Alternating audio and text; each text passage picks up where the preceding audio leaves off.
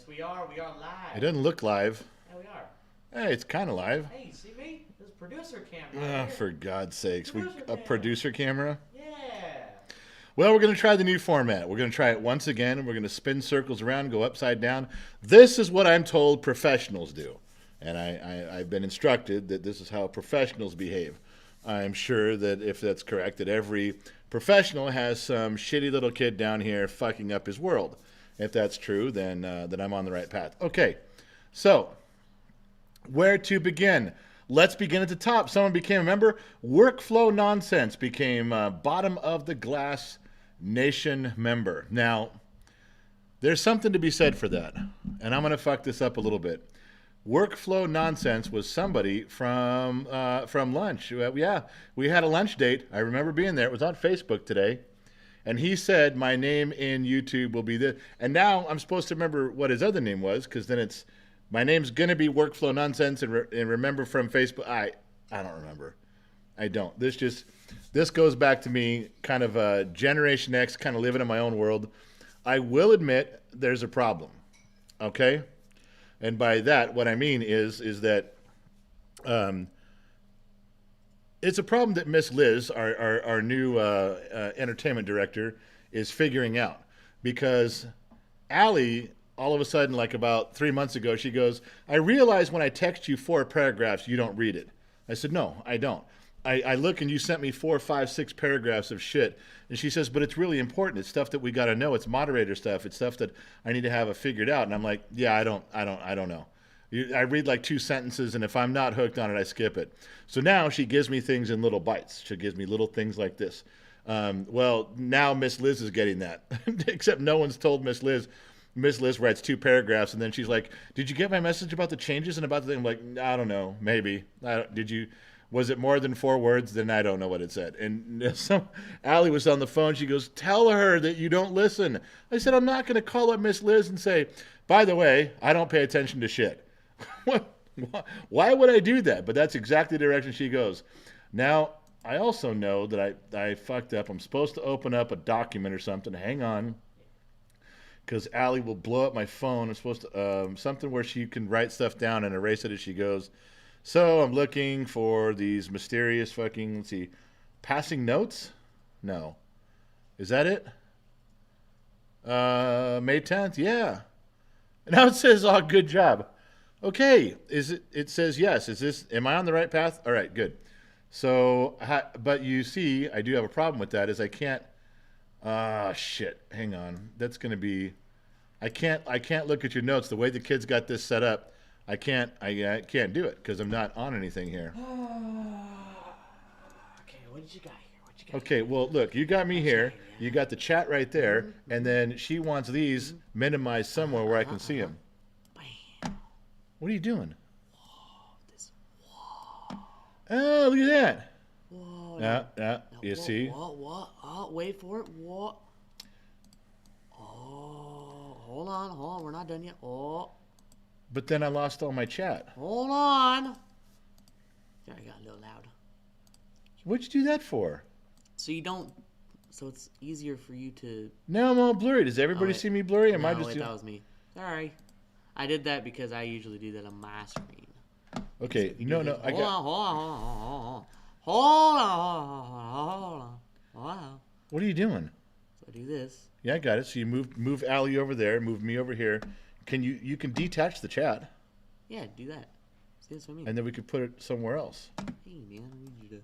Oh, man. Whoa, what the fuck, man? Whoa, man. What are you doing? I did not mean to do that.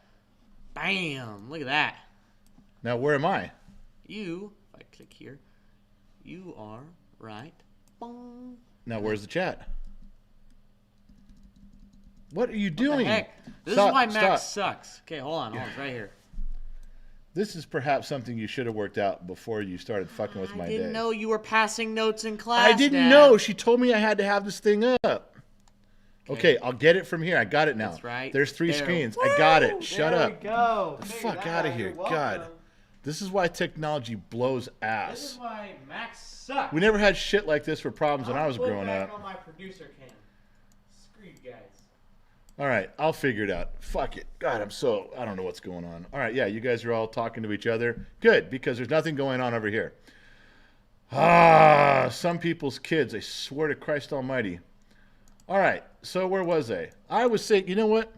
We need to start this off correctly. We need to start this off with a drink. That's what I think. I think it's a drink. So what we're going to do is raise a glass right here. We're going to start this shindig off correctly. We're going to kick this pig and get it going. I've got my glass right here. Do you know what I'm drinking tonight? Does anybody know? Does anybody want to guess? Mrs. Forwatton had nothing to do with this. Mrs. Forwatton does not know how I got this. Mrs. Forwatton is probably very upset that I'm drinking Green Label west of the Mississippi. But I am. And this isn't a green stripe label. This is the fucking juice. This is the shit. This is the fucking good shit. Yeah. So here I am. I got water. You got water. Okay. So now we're going to do this right here. Raise a glass. And I'm going to see if everyone forgot how to raise a glass with me or if anybody remembered. And who is raising a glass with me? Anybody? Mrs. Forwatton still talking to Stephanie. Two Bears talking to Rome. Zoe's talking to Workflow. Dawson just says, looks good thing. I got one guy. Yeah, my arm's getting tired here, people. There it goes. Frank Blee started it off with jukeboxes. Juice box. Poof, poof, poof, poof, poof. Jukeboxes, and here we go. Drinking it now. I already drank it. I couldn't wait that long. You guys are taking way too long to start drinking. So, All right. So here we go. If you guys are going to just talk to each other, get the fuck out of here and go over to the chat room. All right, so I had notes. I had like important shit, things that needed to be said, man. All right, so did you guys notice the picture? Did you guys notice the cover picture, the thumbnails they call it when we checked in here? Did you guys see what that was? Did you guys see me on there? The kid calls it a little bit disturbing, but it's not. Childhood ruined. It's not even me. It's a rendition. It's a rendition, and it's a silhouette, but I'm letting you guys know what you're missing at lunchtime on Facebook. Yeah, that was the lunchtime Facebook picture. That's how we started out lunch. Yeah, you wonder what goes on around there? You ever seen a big guy like me on a stripper pole with a hat on, baseball cap on? Yeah, that's what, just so you know. And sometimes I turn my cap around backwards and get freaky wild. You never know what's going to happen at lunchtime with Gen X Dad. All right, so that explains that. Now, I got something coming up I want to share with you guys. Two Bear knows what's coming up. Two Bear got to see this. Gen X Mom and I did. This is from, there's a guy in the chat room. I don't know if he's in here right now. Look real quick. If you guys see capital letters, RJG, R period, J period, G period. This guy, he's from the Netherlands, which means he's ultra cool and suave right now. So this guy has been making us some really cool little, they're just pictures. They're like the bottom of the glass, like you're looking through a bottom of the glass whiskey. And it's got whiskey in it, but it's got it's got this beautiful, wonderful mug at the bottom of it. He's done some really cool shit. So today, he sends me this picture. And at first glance, I was like, oh, cool, kind of a school bus, a long school bus, an old school bus, going over a cliff into like a canyon, and there's trees and water way down. I mean, everyone's dead. Now, I didn't like it at first because it was a school bus. I didn't think it was a school bus, but the more I looked at it, I realized it wasn't a school bus. It was shit for us. And all of a sudden, I'm like noticing all the intricacies that this guy put on the outside of this school bus. And I'm going to describe some of it to you after I show it to you. It was fucking badass. Luke says we still want to see one eye up and one down. Stop. I'm not fucking doing that. This is really hard for me, Luke. Two was really tough today at lunch. Now you're fucking with me, Luke. Luke's from the Facebook crowd. He's fucking with me about, I was talking about people from Kentucky can have their eyes pointed, one at the camera and then one over at chat so you don't miss anything. I was like, leave me the fuck alone. Anyway. So, okay, so see, I see you says Joe Haney $2, but I'm sure I'm sure Joe wrote, oh, we go. Okay, now there's the message. I told you, he probably wrote a message with it. Apparently we miss buses since you like them better. Apparently Joe Haney says, apparently we miss buses since you like them better. Oh, you think you think that Allie's yelling I'm too impatient. You guys think that they got to see the bus. No, nobody did. Joe, sit the fuck down, man. Pet your goat, okay? Just listen. I'm going to put up the bus. My producer is going to put up the bus pic in a second. So what I got to show you is that, that this is really cool. Let's talk about it. Ready? Go. Okay. You were on your phone. I got it. You were on your fucking phone. I got it. Gen X Mom, take his phone away while he's working, please. Bing. Take it away right now. Cool. I got it. Okay, make it full screen. I want that full screen. Oh, okay. Yeah, make it full screen so we can talk about it. This is what the guy sent. This is what RJG sent from the Netherlands. And if you look at it, take a minute and try to zoom in and see all the cool shit. There's Joe Haney's goat is coming out of one of the windows. It's got my year, 1967, and Gen X Mom, 1968. The very back of it says BOTGN across the top. It's got Two Bears logo on it. It's got Mrs. Fort Watton. It's got Lionheart. Marvelous Miss Miranda, some stuff I found in there. It's got, A Beautiful Disaster when she comes in and says, gives me the kiss with the red lips and the black heart. He put that on the X for Gen X Talks. Now, do you guys remember Gen X's mom had passed away, what we all called her? Very few times do we even mention her name, but it was Beema. Beema. It's on the bus at the top. It's like on the little reader board up there. It's got so much cool shit in there that has to do with stuff that we all talked about in here. It's got stuff from the podcast. It's got stuff from everything in here. It even has a little thing on there, and under the goat, it says the woodshed right underneath it. And the bus is going over the cliff. That's how cool this is. Okay, can you put it down smaller so you can see me again? So that's what I got today. Now, I told him I'd like a high-res picture. He's not done with it yet. He's still got some more stuff he's doing to it to finish it out. He's got some things he's changing and adding. There's some stuff with Gen Z Kid that's in there, but he's going to change some stuff around. Anyway, I don't know what to do with it. I'm not sure what to do with it just yet.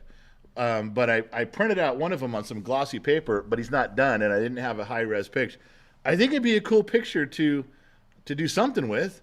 I mean, that has to become part of everything we do around here. That is the epitome of Gen X Talks on a school bus, going over the cliff, bottom of the glass nation. I mean, it's the coolest part of it. I don't know what to do with it yet, but I'm totally in. Angel Turner, I remember Angel I think it's her from Facebook. Angel became an extra, thank you. MKS, welcome, you're an extra also. I know Allie has nothing written over here, and I'm sure I missed stuff. So I don't know why she didn't let Joe Haney's come through. Let's see. Let me scroll back up. Michael Roeder, Goat Boy Joe is talking to you. All right. I didn't see that one because Allie didn't put it up. Let me go up to another one up here. I'm trying. It's really hard to read everything. We did Angel Turner. We had Luke in there. What Luke say? Still want to see the one. I got it. Joe Haney, apparently we missed the bus. I already got that one. Man, Michael Roeder, if you're making me read something I already talked about, shame on you. For shame on you. All right. So, I guess I'm good. I'm all the way to the bottom there. I'm close on that. No harm, no foul. So, yeah, moving right along to the other things I want to talk about. So that was the bus. The Netherlands bus, man. I don't know where to go with that, but I dig that completely.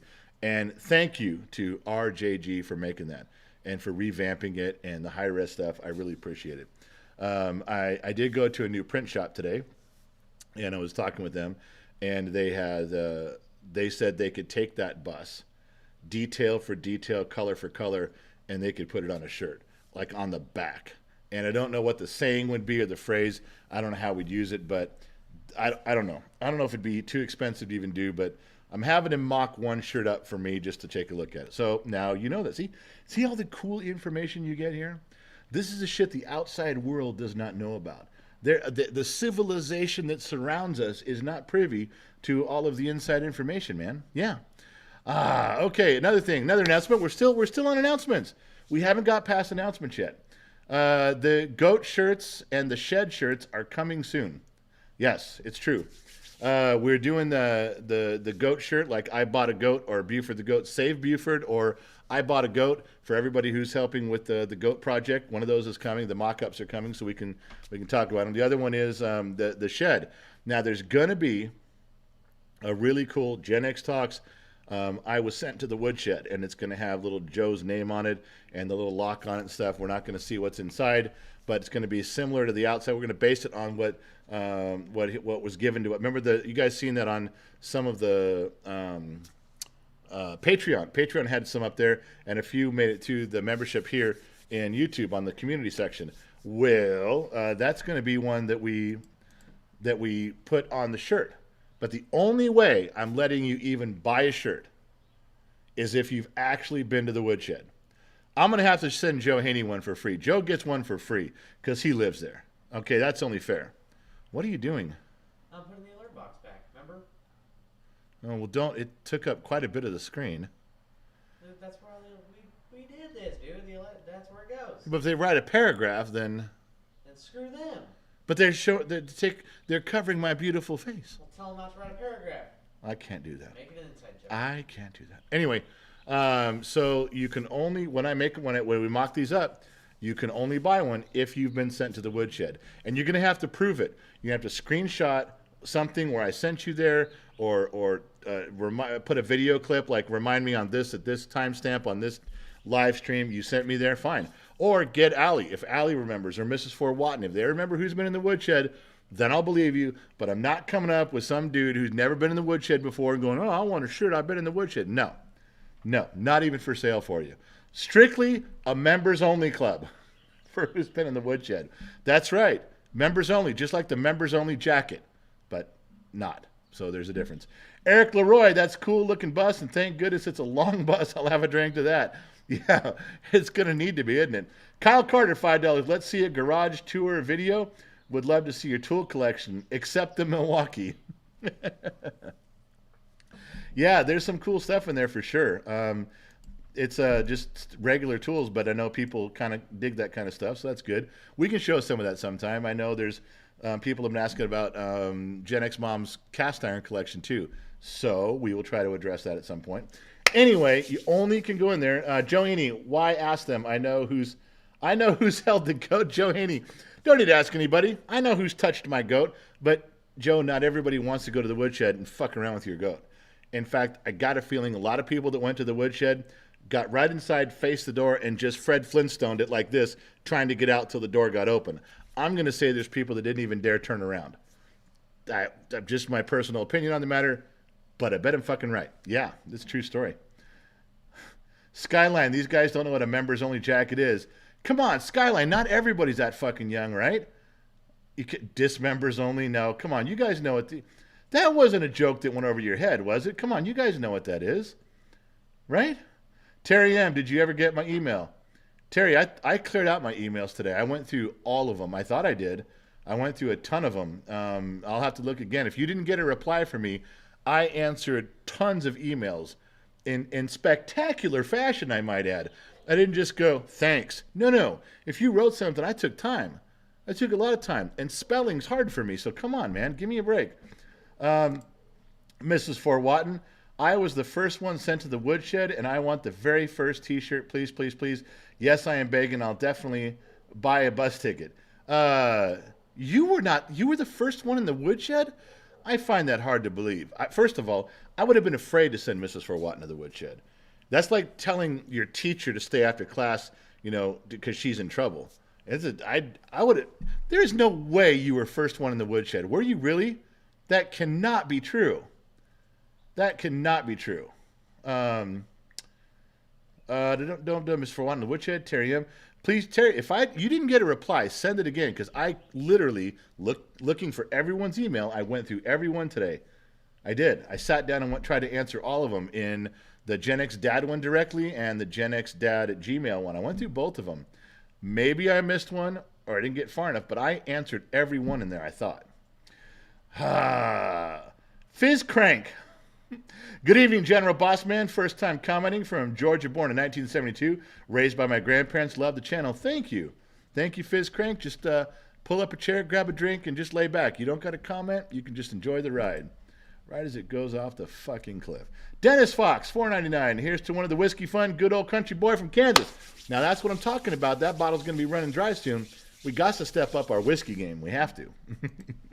Or at least that's how I feel. Oh, okay, Mrs. Fort Watton. If you, Mrs. Fort Watton, we'd have to have irrefutable proof that you were sent to the woodshed. I remember you recently getting sent there because you were late.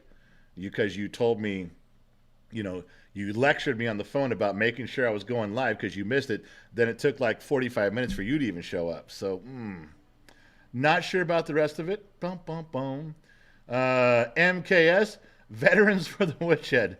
Veterans of the woodshed would be more appropriate. Mrs. Fort Watton says, I have 1,000 witnesses, and I meant Bus Ed t-shirt? Bus Ed? You mean you want the bus t-shirt? I'm only making one because I don't even know if it's I'm just making one, Mrs. Fort Watton, because I don't know if it's even going to turn out good, but I'm ordering one for me, and they're going to do it in that I hate to say it's iron-on. It's not. It's way better than the 70s when you wash it 3 times and your ironing comes off. But it's kind of a vinyl print because there's so many intricacies to it. You cannot screen print it at that level. There's a couple choices. I want to get one. I want one, but I don't know if they're going to be feasible to sell them because they just might be $2. They're $2. It might be $2, and you fuckers don't got $2. It might be $2, and I know nobody's got $2. Hey, nobody got Nobody got $2. It might be too money dollars is what I'm trying to say. Fuck, I'm really fucking that up. Terry, General Sir, you put me in the woodshed in a goat suit. Yeah, I did. I forgot why, but I did. I put Terry in a goat suit and then pushed him in the shed. I think Joe Haney bit on that action, but who knows? Hey, what goes on in the woodshed stays in the woodshed. All right. Oh, Fried, this veteran supports the woodshed. Oh, you guys. Laura, good evening, General and Legion. I'm listening and not watching, but I'm here. Laura, is that true? You're listening tonight? You're just doing a little listening. How are you typing? That's kind of weird. Yeah, I'm not sure how that's at. I think you're lying. Tina Plexico from Mexico buys her gas at Texaco. Hard to be sent to the woodshed when you agree with the general. That's right. Tina, no truer words have been spoken. If you just agree with me, we won't have any problems. You never go to the woodshed. We can all get along. Yeah, but that's the trick. You just have to convince the thinking part of your brain to shut down and let the imaginary part take over, and then all of a sudden everything that I'm saying is going to make sense. And lots of sense. True story. No. How do you think I got Gen X Mom to fall in love with me? Close the thinking part. We're good. Jamie Smith says $5 out of the woodshed. I'm free. Sorry, government woodshed. That is good, and I can't read the rest of that there. But Jamie Smith's back. Yeah, he got out of the pokey, the real pokey. Two Bear. Here's $2. Here's $2 minus 1 cent. Wait. 0.1 cent. I can read. No, but 0.1 cent is a tenth of a penny. He didn't take away a tenth of a penny. No, he took away a whole cent. It's kind of what I'm saying. No, but he said that he's taking away a tenth of a penny, and he lied. I want my 9/10 of a penny back. Look right there. Lionheart says me and Two Bear owe you 2 cents. I don't want your guys' 2 cents. I know what that means. That's a Gen X trick. Let me throw in my 2 cents. No, what? You just keep that shit to yourself. I want my 9/10 of a cent back, Two Bear. Producer Cam on. Give him shit. I can talk to you directly now. I hate said I thought I was the first in the shed because of my name. It might have been. Barry Dowdy, welcome. He's an extra. Thanks for joining up, my friend. Tycho Kilo, bottom of the glass nation. You guys joined. You guys got on at the last bus stop right before the cliff. I'm sorry about that. That's what happened. You saw the picture of the bus. That's when you boarded. What am I going to tell you? It's your money and you wasted it. I can't help that shit. All right, so we're getting close to story time. I wrote down 3. Yeah, one of them's going to make you laugh your fucking asses off. And, oh, yeah, it's about Gen X Mom. I just got to wait for her to go to sleep, and then we can... All right, so raise a glass. Don't fucking make me do this alone. Anybody, first person to raise a glass or say cheers. I'm drinking. Joshua Danley, Thank you, my man. Thank you. Praise Buddha, Allah, and everyone in between. Thank you. Praise Buddha with a B and Allah with an A and everyone in between. Between A and B, there's not much there. I should have picked a longer, like a Zulu something between A and Z. That covers everybody, whole alphabet. Well, I fucked that up. Joshua, thanks anyway.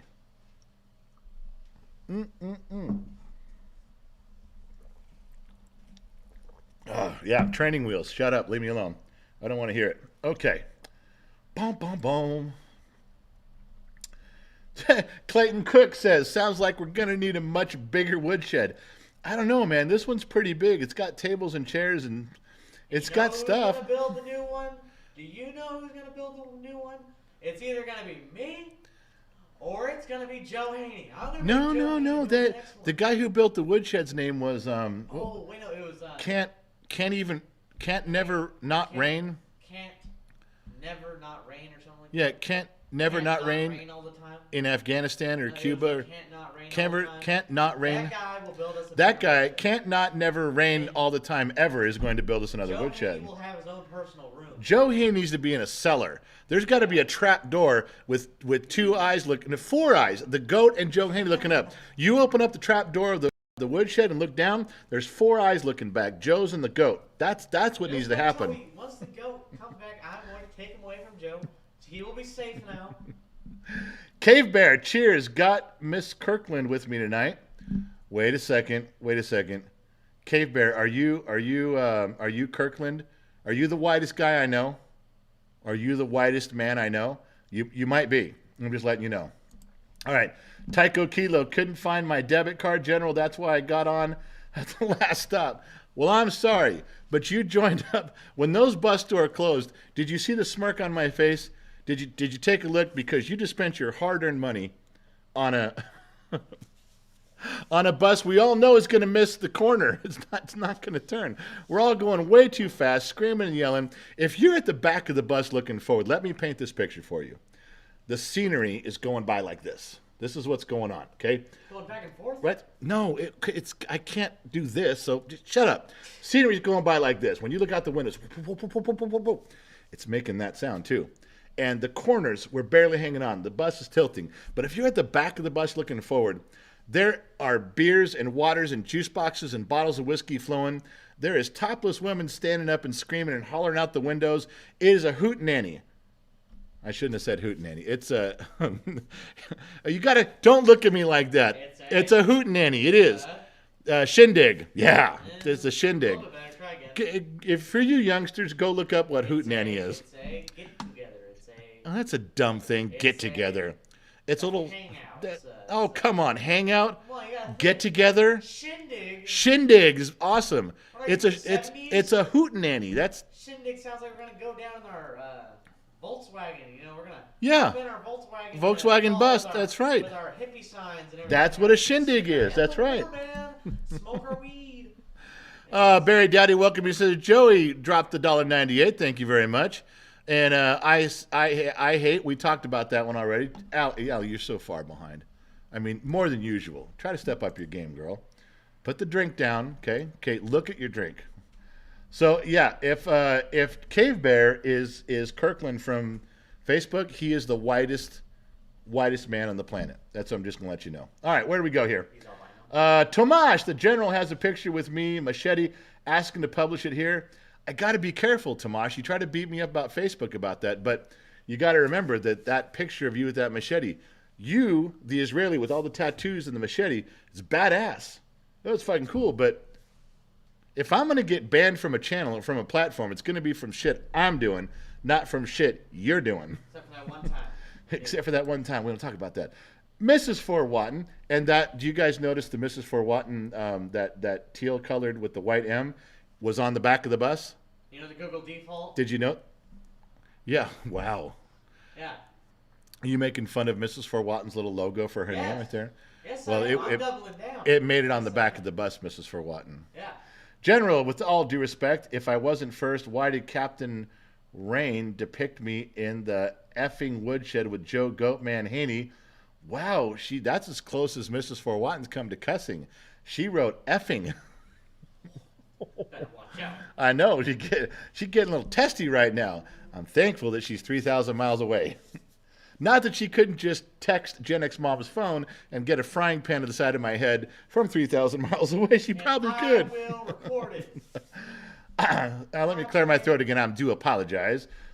General, with all due respect, if I wasn't first, why did Captain Rain pick me in the effing woodshed with Joe Goatman Haney for Buford and his hootenanny new home? Bless that goat.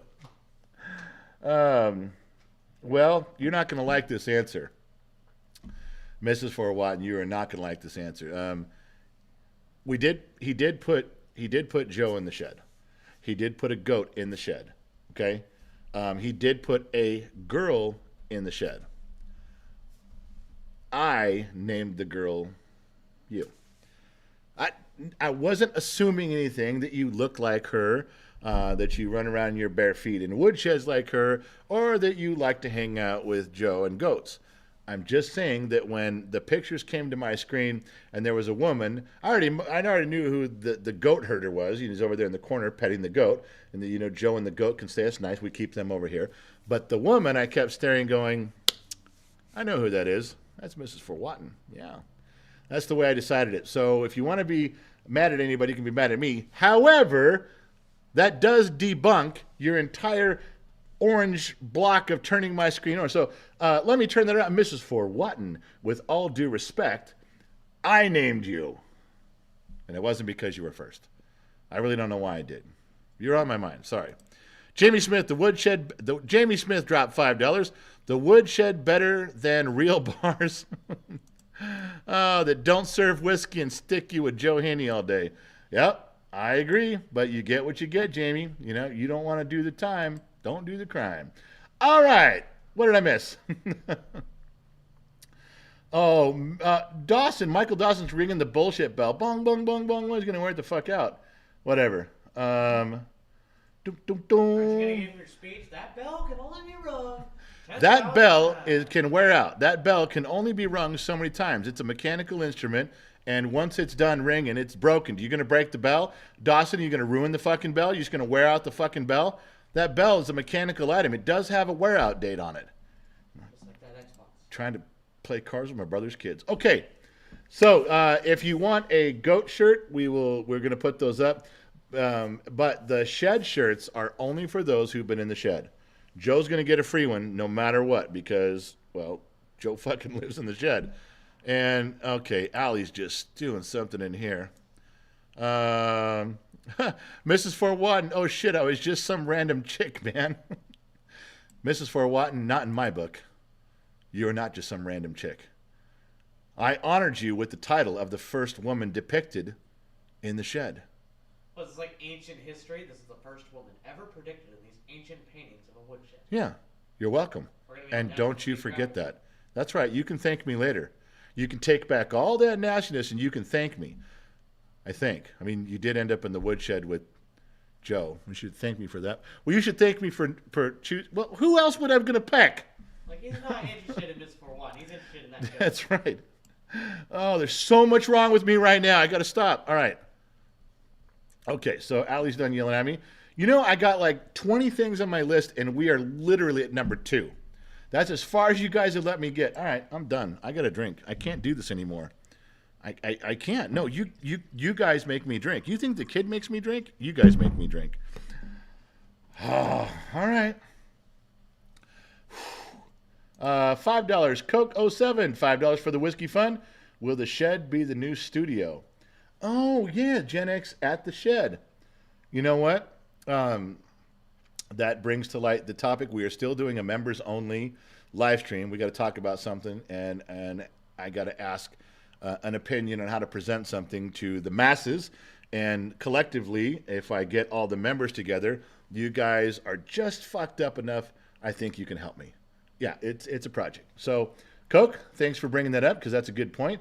And you might be correct. It might just turn into just that. Gen X Talks from the Shed. And there's many reasons why. But someone raised a drink to me. Whoa, Terry already did. Wait, Manly one already did. Matthew beat him to it. Tugboat beat him. Doug Vanderhook beat him. Geez, Romy. Holy shit, you guys. Wait, is that recent? It is. You guys. Okay, who was first? Wise and Oak? Yep, he was first. I went for that drink, and he was first. Weisenau, 3 glasses and 4 beers. My man. All right, here we go. This is to the continued story because I'm on number 2, and we got to get to 20. You realize none of you can go home. I'm not hitting the passing bell until we get to all 20.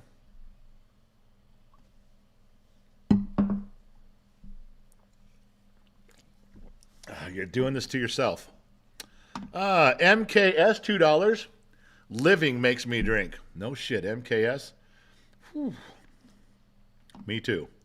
All right, back on schedule. The new schedule allows me to be on every day and create new areas. Please go look at the website. GenXTalks.com. Alia put it up there for you. It's kind of important. GenXTalks.com. Scroll down. There's 2 different sections that have live stream times. And it's important you pick up on those because there's a regularly scheduled program for your dancing and listening pleasure. And then there's also the one that shows special events.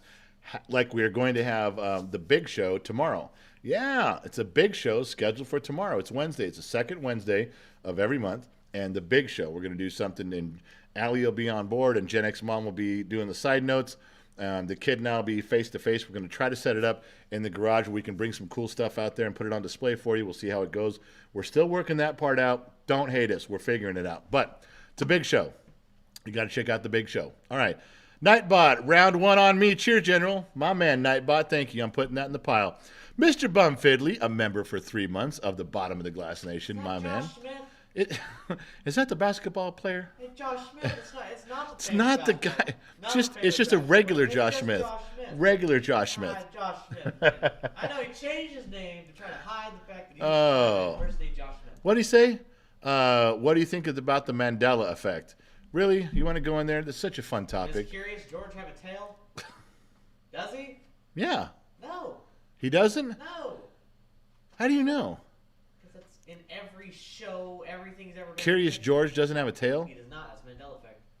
I never remembered him with a tail. I always remembered him not having a tail. He's got a tail. Curious He does George got a not. tail. I will pull up an image right now. You sit tight. You sit tight. Barry Dano, line him up. Let's go. My man, Barry, thank you for putting me back on track. All right, what else? The new schedule, we caught that. Hey, we've covered 3 things now. Number 4, the Hot Sauce Challenge, brought to you by Just a Thought. You guys remember a couple months back or so, Just a Thought committed a big sum of money if we would do a real Hot Sauce Challenge. I think we have it scheduled for Father's Day, so we'll do all of our normal broadcasts, but on Father's Day in the evening, we're going to do a big show, and it's going to have a Hot Sauce Challenge. We have, oh, hey, do you have the hot sauce picture, please? Yeah. Can we get that, please? Can we get that put up on the screen, please? You know, producer, Mr. Producer. I was getting. You were sidetracked. So what Curious George. we have, we already have these purchased. We have a range, and this is just some of them. We probably got 20 all the way up. That one on the end, I've actually got that. See the Scoville rating on there? That is called Plutonium 9, and it is fucking. I haven't opened it yet. It was like $100 for 1 ounce. I bought it over a year ago. Stephanie Reese says Curious George has a tail. He does not. I love Stephanie. Stephanie and I go way back. No, she's a member for 2. Are you even a member of Legion of X? I actually am. Are you a member? He is a member. You're not a member. I'm a member for 2 months, I think. No, maybe That's even not 2. true. It is. It is true. You signed up for your own stream. That's badass. Yeah, I know. I get all the emojis. That's a little self-promotion. Well, yeah. All right, so Stephanie says that Curious George has a tail. So, Stephanie, there's 2 of us. We win, they lose, shut up. But see these things in here? The ones that start to get hot are Da Bomb at 135,000 because there's some Da Bombs like that are they're not all the same in that same bottle. I've got all those up, plus I got Tricky Dicks or something Dicks. What's his name? Dirty Dicks. Dirty Dicks. There you go. We got pretty much all those and a bunch more. There's some 357 stuff we got see where that's 1 million. We got some they fit into these ranges. We got enough to do this program. We've got stuff that I've never touched. So that day is the day I die. I have my will written out. I have everything. Since you are the president and owner of Gen X Talks, Yeah. who are you giving it to? You going to give it to one of the? Is it going to be a surprise where you're giving it in your will to one of the listeners? Big show, yeah. At the big show, so before you die, Yeah. before you take the hot sauce challenge, you want to be able to tell who's getting this. So one of I these. split up the shares, Oh, you did. You split up the shares amongst the listeners. Yeah. Wow. Well, you guys are going to inherit Gen X Talks. It's so great because if he splits up the shares amongst you guys, I can't think of a better group of people that would be able to get along and vote on something and move Gen X Talks in a direction. I mean, you guys don't argue about anything. You guys get along everywhere. I wish I had Don Rickles' look right now. Don Rickles had the best. Fuck. But you guys are getting all minor shares where you get little stakes in the company, you know? Just to keep them watching? Yeah. All right. Well, you're not going to not watch something you have a share in. You changed my color at some point. No, it's not. So, all right, so you can take the hot sauce thing down. Let's move along. Oh, you know what? Before we get off too far on the hot sauces, can you bring up that one for Mrs. Fort Watton? The one like this? I'm going to show you this.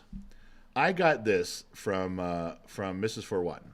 She sent me a few things. This was one of them. I just opened it the other day. I've had it for a little bit. I just opened this, and this absolutely is one of the most delicious sauces I've ever had in my whole fucking life, and I am a connoisseur of hundreds of them.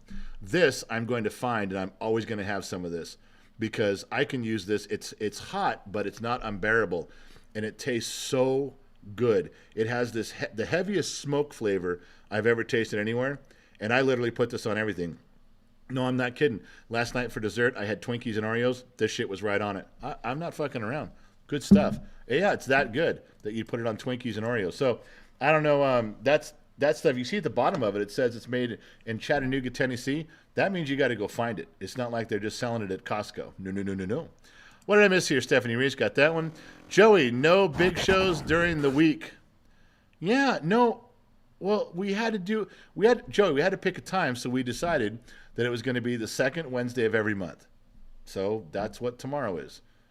Joey, grow up. Okay? Get it? Come on, leave the little kid table. Get up here with the grown-ups. Radio host Deepak. Radio host Art Bell on Facebook. Was he the guy that did Coast to Coast? Yeah, he was. And then there was a dude after him. Art Bell was on at midnight, and he had the most wild guests on. Conspiracy theorists. They had military people, Area 51, all sorts of shit. And what was the other guy's name? Boy, Joe Haney's name is in my head, but it's not Haney. It's something like Haney. Really, there was a very interesting show. If I had ever had sleepless nights, I just reach over to my nightstand and click that on. Art Bell, you could hear him all the time. I think he passed away, but he got some government trouble because he actually learned a lot of the inside skinny on a ton of stuff. So yeah, Art Bell was a cool cat. Art Bell died April 13th, 2018. Yeah, Art Bell. The producer just said he died in 2018. Fucking cool cat, man. Did it his own way. I dug his shit. Thanks for bringing that up, Deepak. Good stuff there. I gotta tell you something I did today. I wasn't drinking. I was not drinking at lunchtime, but I was on Facebook doing my lunchtime with Gen X Dad, and we talked about Wolfman Jack, and Wolfman Jack was a smooth looking cat. Anybody who knows him, I know this is kind of a local thing, so if there's anybody from Australia and from Europe, you may not know who this guy is. But anyway, the point is he had a cool radio voice, which was why he was in radio. And so I'm going to try to do it again, but it was really funny. I went like this. I took and I said like this, and I said, all right, everybody, let's bring your headphones in. I'm going to do something for you right now. I said the Wolfman Jack used to bring the microphone in, and he'd say, gather those speakers up. Bring those speakers around you right now. Come on now. I want you to listen to me. Bring those speakers in for the Wolfman. You know you want to listen to me. Come on now. We're going to play some songs tonight. Everybody going to listen to Wolfman Jack. That's right. And I did something similar to that with that level of voice.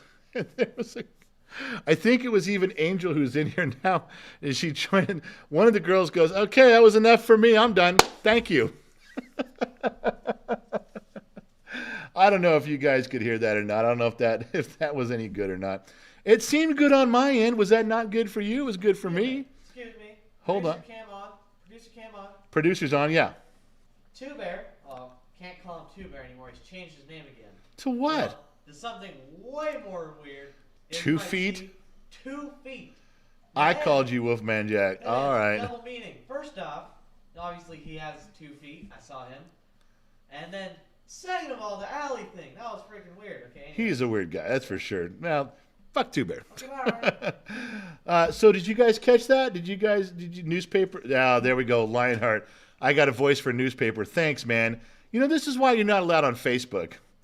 That and Joe Haney, come on, cats and kittens. Come on, was that good? There, Ricky says I got the voice. Come on, man. Did I do good with that?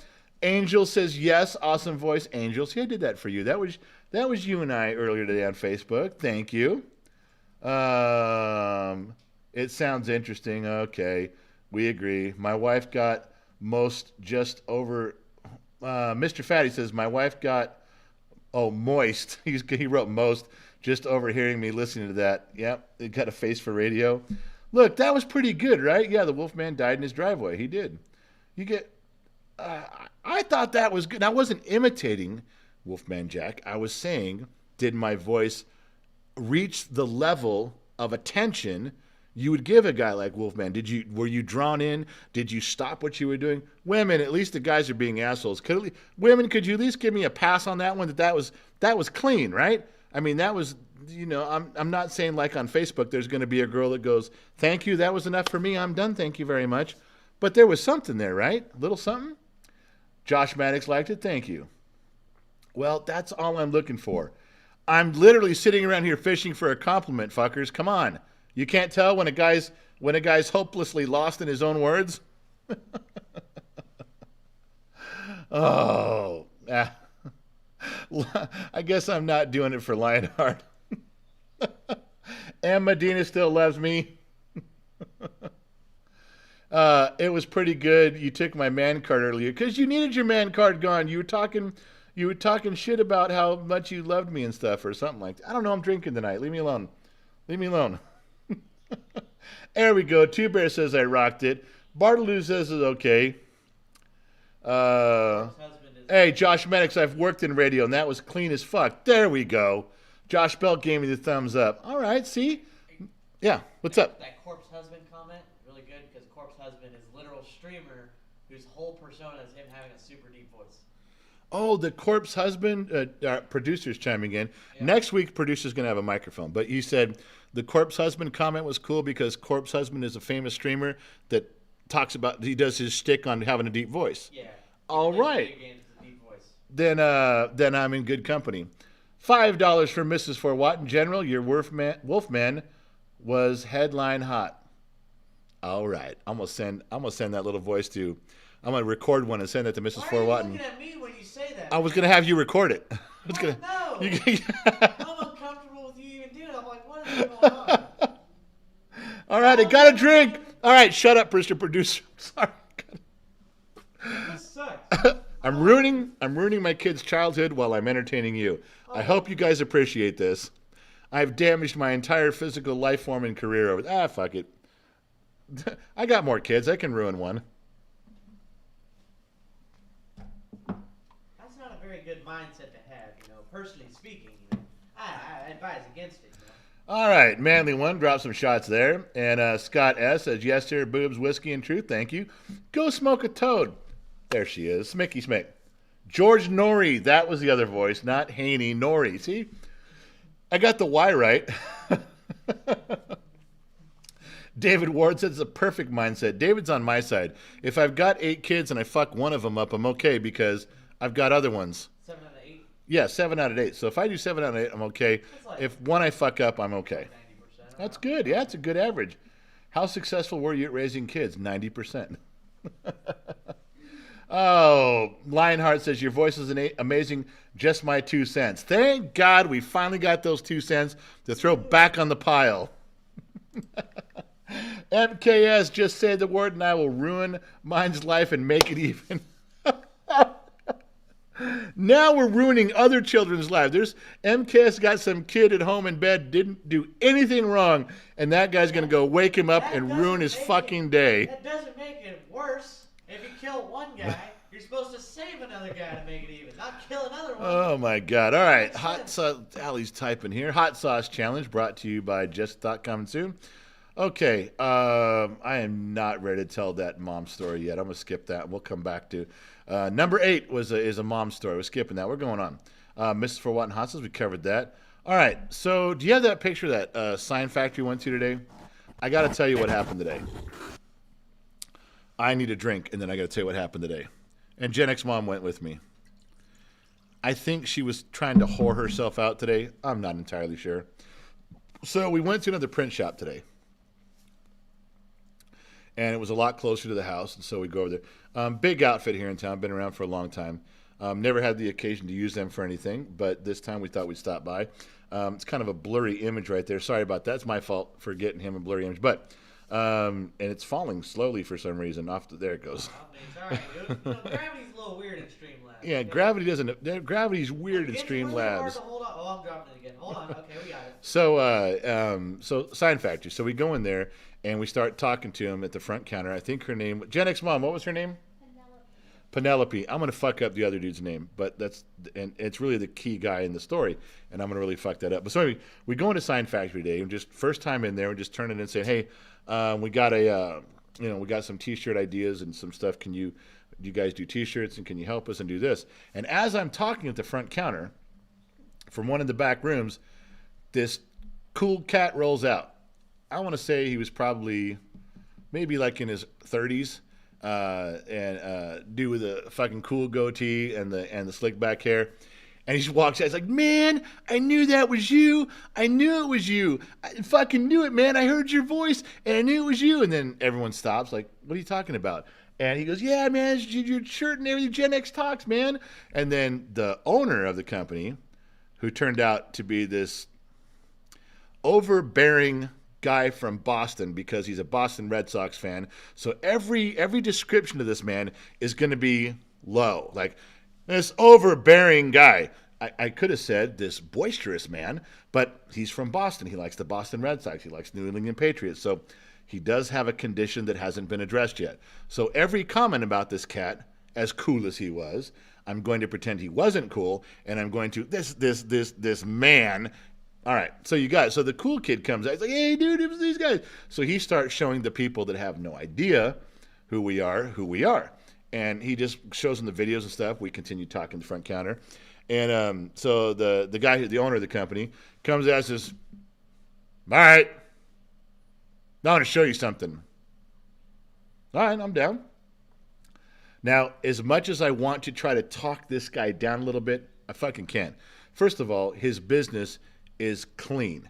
Every place we walked by was clean and organized to a T. I mean, everything was put away. Everything that was out being used was being used. It was pristine. That is an accomplishment at a business all in itself. You know what he wanted to show me?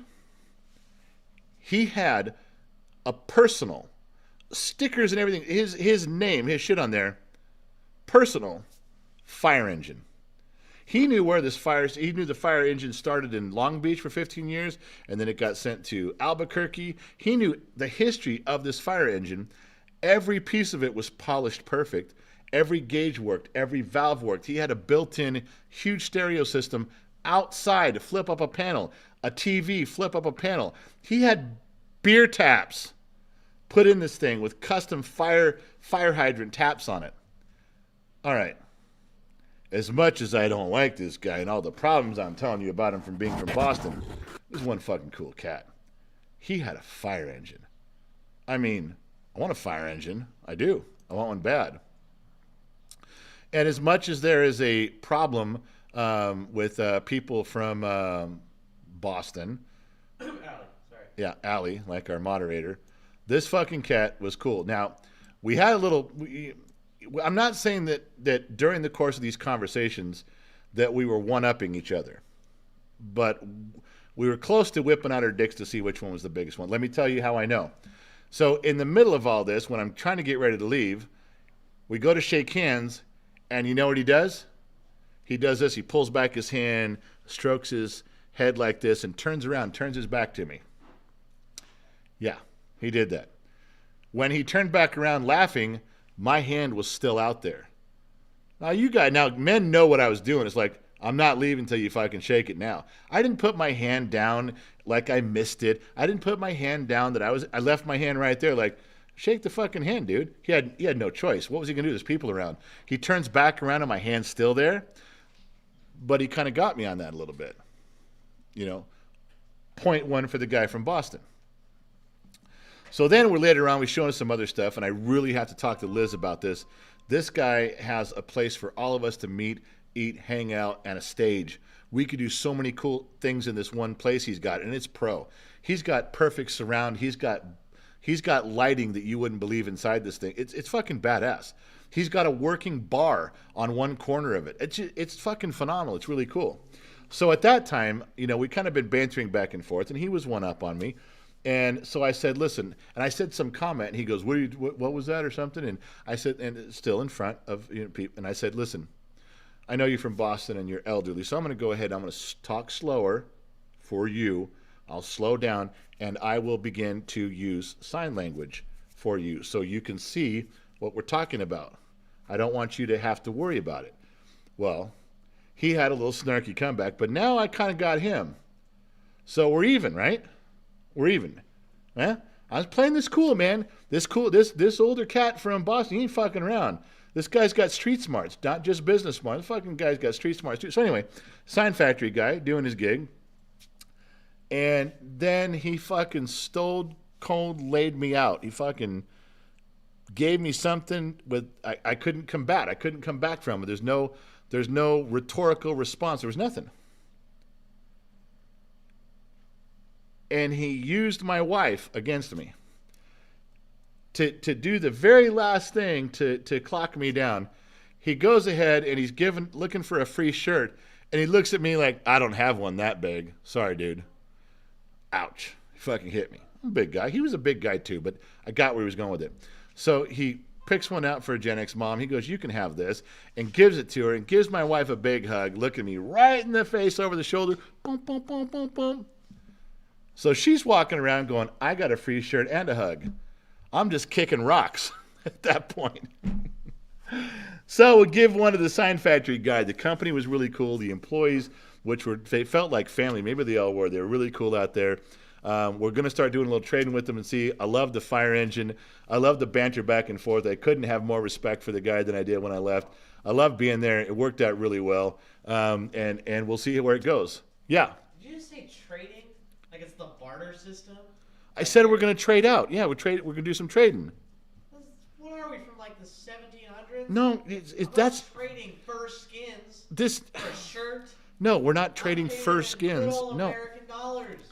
It's trading. It's when I say we're going to do some trading, that's an old school gentleman way. We're not trading furs like you just said. Look, I'll give you the electrical company if you give me Boardwalk. No, it's not monopoly. We're trading. That's a gentleman's old school handshake way. Say we're going to do some trading. We're going to talk about some stuff, you know. Okay. You got Yeah. Producer came out. You're not fucking getting it, man. You're a child living in a man's world. Shut up. Should have brought me with you. You were in school. Barry Dano says, what'd Barry say? Deep voice. When I was a teenager, coworker from my father used to call me Bowser. Oh, nobody knows what that means, Barry. Bowser from Sha-Na-Na. I did. He was my favorite character on there, too. Josh Bell dropped $10 and didn't have anything to say. So, Josh, any unallocated funds, go to the whiskey fund. I'm sorry, man. That's where it goes. All right, so, yeah, Sign Factory, cool cats. We're going to get some shirts and see where it goes. Like I said, dig the staff. It was a great time. I was happy we stopped by. Should have stopped by sooner. It's my fault. But definitely want to go back and hang out and arm wrestle with the old man some more. I had a good time. Really good people. Moving along to my other notes, which I'm totally forgetting about. Number 8. Yeah, they're going to stop not talking about the mom thing right now. Sign Factory's done. Yeah, I'm pissed. I just remembered because I read the notes, and I'm pissed. I forgot that I was pissed. I forgot that I was angry until I read the notes. Now I've read the notes, and guess what? I'm pissed. I'm going to drink a drink and see who drinks with me, and then I'm going to tell you why I'm pissed. Who in their right mind is going to raise a glass with me? That's all I want to know. Anybody? I'm going to scroll down. Nobody? Hey, Diego Rojas. Wait, that's my friend. No, that's Ricky Fatboy got it first. No, Diego Rojas got it first. No, he didn't. Wait a minute. No. That's my friend. You don't have any friends. Shut up. I pay him. You pay him? Yeah, I've worked with I told Gen Z kid he didn't have any friends. He goes, I pay him. Yeah, that's my friend. And, I mean, mine has the same name as my friend. But I think Oh my God! All right. Well, I'm scrolling back up to who I think got it, and don't see. Tycho knew it's a respect thing. We know what's going on there. What did I miss? What did I miss? Who was first? I want to know. Oh, it was. You're right. Diego Rojas. Although Ricky Fatboy did a whiskey glass, Diego raised beer. well, Diego raised horse piss. If he's your friend, he's Wow, probably that's a very unpopular opinion amongst this crowd. no, because your friend is probably drinking Pabst Blue Ribbon. Probably doesn't even drink. He was probably clinking orange juice. Root beer float. None of these people drink Pabst Blue Ribbon. I bet they drink root beer. Not and put up a beer symbol. All right, Root beer. Ricky, I'm giving it to you. Sarsaparilla.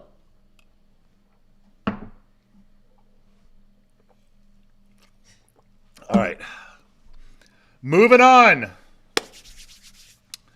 Angel got it right. Doing some business together. All right, where was I? Oh yeah, I was. Sorry, let me start over again. I'm going to pissed.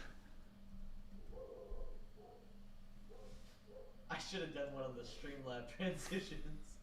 See how angry I am? You see this? So, I was on the live stream with the bottom of the lunch pail, the bottom of the lunchbox group today, Facebook. Maybe it was yesterday, 1 or 2 days. Anyway, I made a comment. I told someone, I said, oh, I know, you're just sitting at home, it's lunchtime, and you're sitting at home, and you're watching Oprah, and you're eating bonbons on the couch and watching Days of Our Lives in between Oprah. And this woman goes, what are you talking about? What's Days of Our Lives? The what we're living right now? I said, no, the show, Days of Our Lives. And she goes, Oprah's got a TV show? I said, Oprah has to be on the TV somewhere. She's always on TV. Now, the only thing this woman knew that I was talking about was bonbons. And I've made that joke before going, yeah, you're just watching Oprah and eating bonbons. Why is that such a stretch? You're on the couch watching Oprah eating bonbons. Now, I threw in there, you're also flipping over to Days of Our Lives. That's 3 things. That's Oprah, bonbons, and Days of Our Lives. The only one that she had any recollection of was bonbons.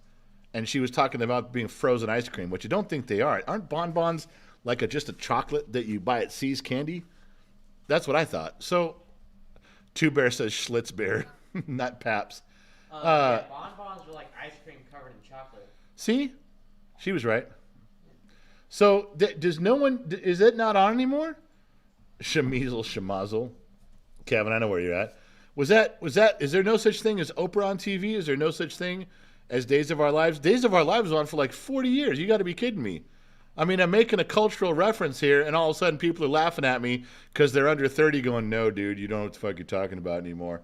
There's no Days of Our Lives. Unless you're talking about these days of our lives, and I'm not watching it on TV, I'm living it. It's kind of the vibe I got from that mess I got myself into, just letting you know. I don't know. Did I miss something there? All right, whatever. I thought I was on track. Robin Philby. I love Robin so much. She's so pretty. $6.99. I enjoy the kid popping on with commentary. No, Robin, you don't. We should make a rule. If you're going to say something, put it up on the screen or shut up. Oh, man. I'm a producer. Well, produce in the right direction. Yeah, I'll just take your face off, put my face up there, and I'll be like, hey, Gavin. Nate Webb says there's 9,000 channels. She's got to be on somewhere. Nate, my man, that's what I'm saying. He's with me. Wandering Tacoma, you plagiarized that from me, but I dig it. Wait a minute. Wait. Wandering Tacoma, what did I plagiarize from you? Because literally I've been saying watching Oprah and eating bonbons, I don't know, for 25 years. Gen Z kid, what's up? All right, get out of here. I hope he said that really quiet, because if you guys heard him, that's fucking hilarious. I think it might be. Oh, is that what you guys were saying about Peg Bundy? Did Peg say that? Oprah has been hiding out with Tim Burton. Peg Bundy, as the world. Is that what that was all about? I kept seeing Peg Bundy come up on that, but I didn't know what you guys meant by that. I didn't plagiarize anybody. I plagiarize everybody. If that stuck in my head from Married with Children from 30 years ago, you're not supposed to point out, dude, you plagiarized that from Married with Children. You guys are supposed to go, holy shit, what a good memory you've got. I don't remember where I got that. Who the fuck cares? It's apropos. Now, if you don't know what apropos is, you can go look it up. And while you're gone, we won't miss you. And while you're gone, don't announce that you're leaving. This isn't LAX. When you're pissed off, don't announce your departure. Nobody gives a shit. Mrs. Oh, thank you. Look at Allie putting up all the pictures of bonbons and a Wikipedia description. Allie, I know what fucking bonbons are. I've been drinking. We're going to get banned soon. I'm sorry. Mrs. Fort Watton, $5 says it may be a man's world, but it ain't nothing without us. Sister wives of the harem girls rule for the goat fund. And also Dr. Gonzo, welcome. He's an extra. Way to downplay Mrs. Fort Watton with a tagline from somebody else. All right, this is getting interesting. I'm almost tempted to keep going. You guys, I'm telling you, Wandering Tacoma says I plagiarized from him. Wandering deep. First of all, Wandering Tacoma, have you and I ever had a conversation where I could plagiarize something for you? I would. I don't remember talking to you. And secondly, this is an insult. It's an insult, but just put on your big boy pants. I'm warning you that it's an insult, so you have to be ready for it. Okay, Wandering Tacoma, you think I plagiarized something from you? Do you really think I listen and give a shit and remember anything you fucking say? Ever? No. No. You have no rank here, Tacoma. You think you do, but you don't.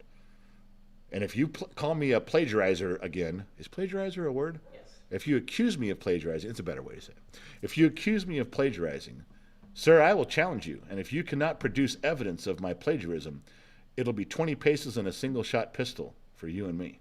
Oh, out on the courtyard. Long white hair and everything. No. We will wait till a foggy morning and have our way with each other. Not the way Joe and the goat. You just shooting each other's what? Never mind. Hey, I got through the whole thing with a straight face. Come on, man. Give me a little credit for that. That was good, right? Like a standoff, but not Mexican. Yeah, It's like two a people. yeah. So It's an American standoff. yeah. That's what I'm saying. Producer says it's a American Mexican standoff, but with only two people. So it's an American standoff. Oh, Bo Judden, $4.99. We got to get that Gen X Talks No Jumper interview. We got to get that Gen X Talks No Jumper interview. No Jumper does interviews with content creators, and he wants us to do an interview with them. Whoa. Okay, it's louder. They can't hear He you. wants us. Who? Gen X Talks. The guy said Oh, that we should be invited on to No Jumper, which is a huge interview show. No Jumper's a cool cat? Yeah, it's a cool interview podcast. It's called. They actually titled themselves the coolest podcast in the world. Well, then they are the coolest podcast in the world. They couldn't say that. All right. Well, I don't know who No Jumper is, but the kid apparently is all over that shit. I wouldn't know shit from Shinola because I'm just a big fat hairy redneck in the middle of the desert. But I will tell you this: if somebody wanted to have me on their show, I would definitely behave myself for at least part of it and go on. I wouldn't turn down that kind of shit. Are you fucking kidding me? Cool cats like that. On the show, that'd be a problem because we'd take over. Wander Tacoma, $2 for Bottom of the Lunch Nation. Yeah, Bottom of the Lunch Nation might go for that. But we were calling him Bottom of the Lunchbox, remember? BOTLB. In fact, I think you put that up there first. Mrs. Fort Watton, only you can plagiarize? No, Mrs. Fort Watton, I didn't mean that only I can plagiarize. I'm just really fucking good at it. I may be the best at stealing things, plagiarizing, and taking other people's material and pretending it's mine. Remember, I have not had an original thought since 1973. So whatever you're listening to now, you've heard it all before. But if you can't remember where, I'm stealing it. And winning, too. Let's not forget that. All right. Let's not let the buzz fail. You hear this? Hear that?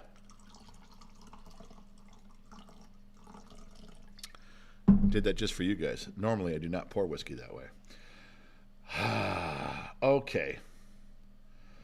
Steve Ratcliffe, I love your attitude. Steve Ratliff, I love your attitude, sir. Keep up the great work. Well, thank you, Steve. I appreciate that. Anybody who supports free speech and stealing other people's ideas, you're okay in my book. Allie, I read that. We just did a whole fucking comment section on that. Wait a minute. Yeah, we did. On Bo Judden's thing. Quit putting that up in my face. I just already did it. Yeah, there you go. Take that shit down. Let's erase that shit. Wait, someone said that Abraham Lincoln had a bunch of duels.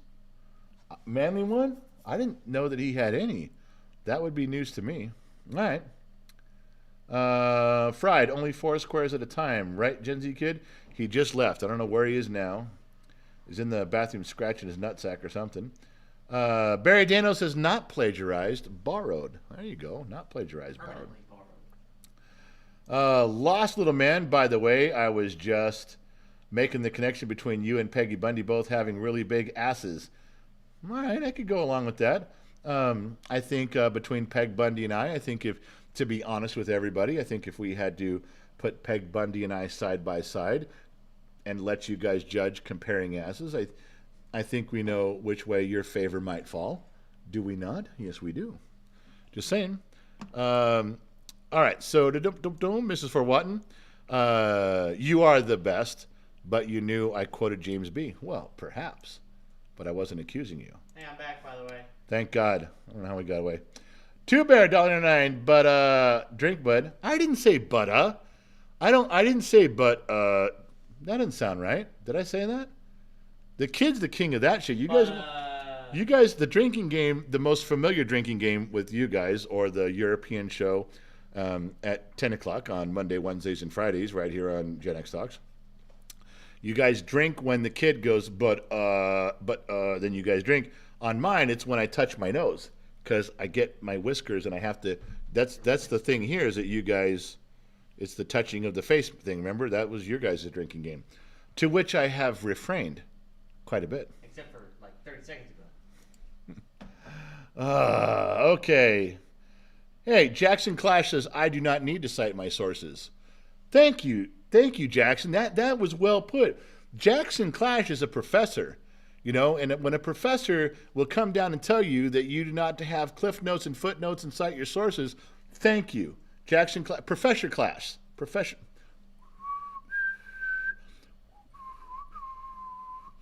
Professor Clash, there we go. Thank you, sir. Appreciate you.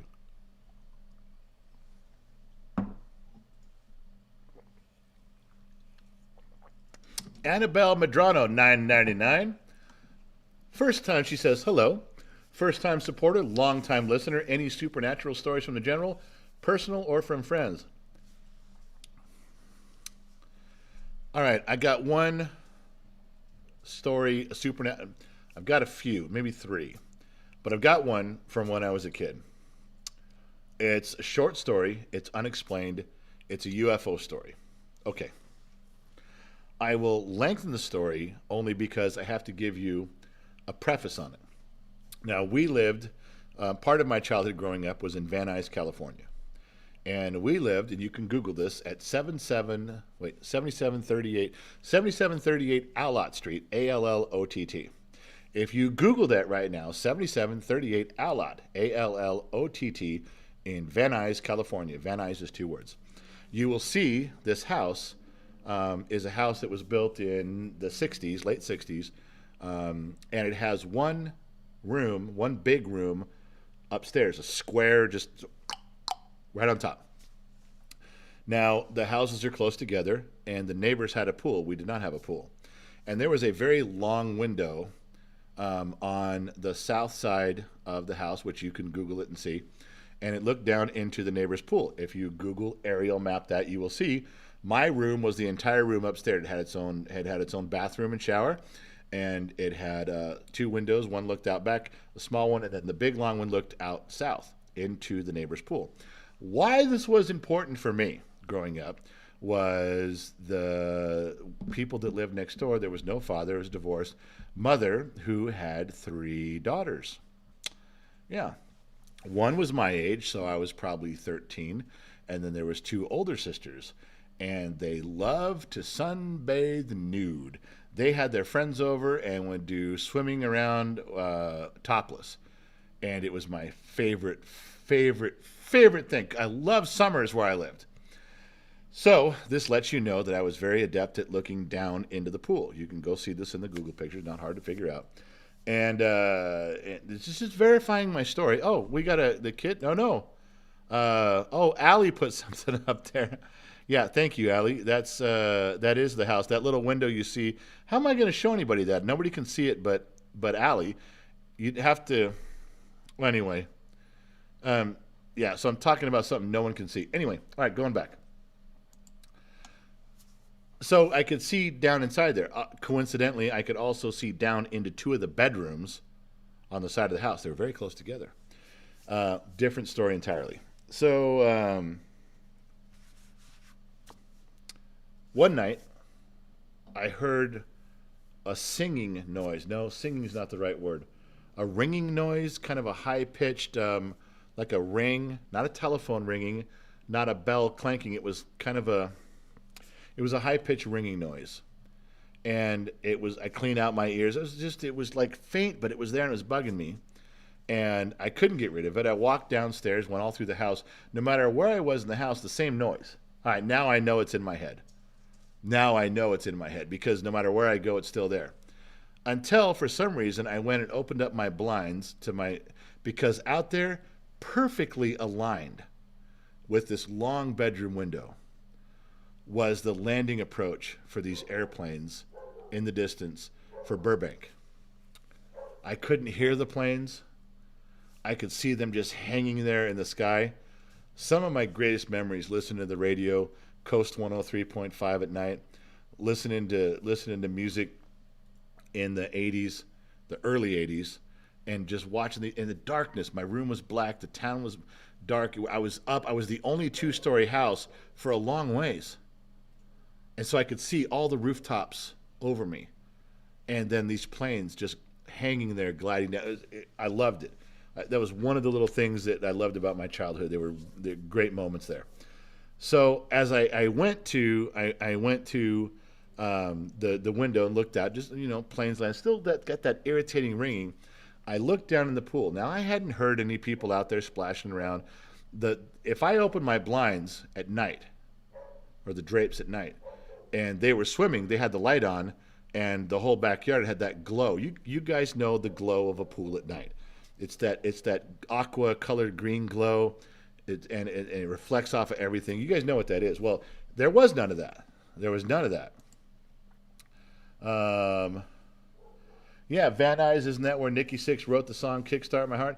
Yeah, Nikki Sixx was in Van Nuys. There was an apartment in Van Nuys. So Mick Mars was over there too. A lot of stuff happened, right? Yes, right then.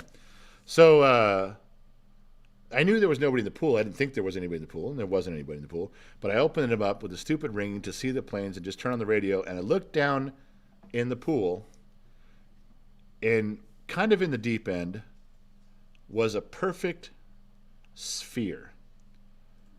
Now it looked metal, and it was half in the water and half not. It just sitting there like a ball, just like a beach ball or something, but it just looked kind of shiny.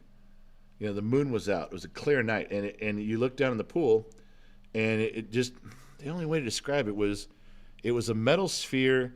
It looked bigger than a basketball, I guess. Anyway, sitting there, and I looked at that and go, that's fucking weird. Didn't think much of it, and so looking out the planes, trying to get the ringing out of my ear, and all of a sudden, as I'm looking out the window towards the planes, something went just through my vision, like, the fuck was it? Just quick, boom, gone. So of course I look down in the pool, and the sphere is gone, and there's not a ripple in the water at all. Nothing. Nothing. No movement in the water. Still like a clear pond. Perfectly still. And whatever was there, was gone. Now, I wouldn't call that maybe a supernatural story, unless there was magic involved. I don't know. But that pool next to me at 7738 Allot Avenue, sometime around summer of 82, I would guess. Don't know what was in there. Don't know how it got in there. Don't know where it went. Think I saw it go by, because as soon as it did, I looked down like, the fuck was that? Nothing was there. And the water was totally still, like nothing had ever been there. Now, you guys know a pool.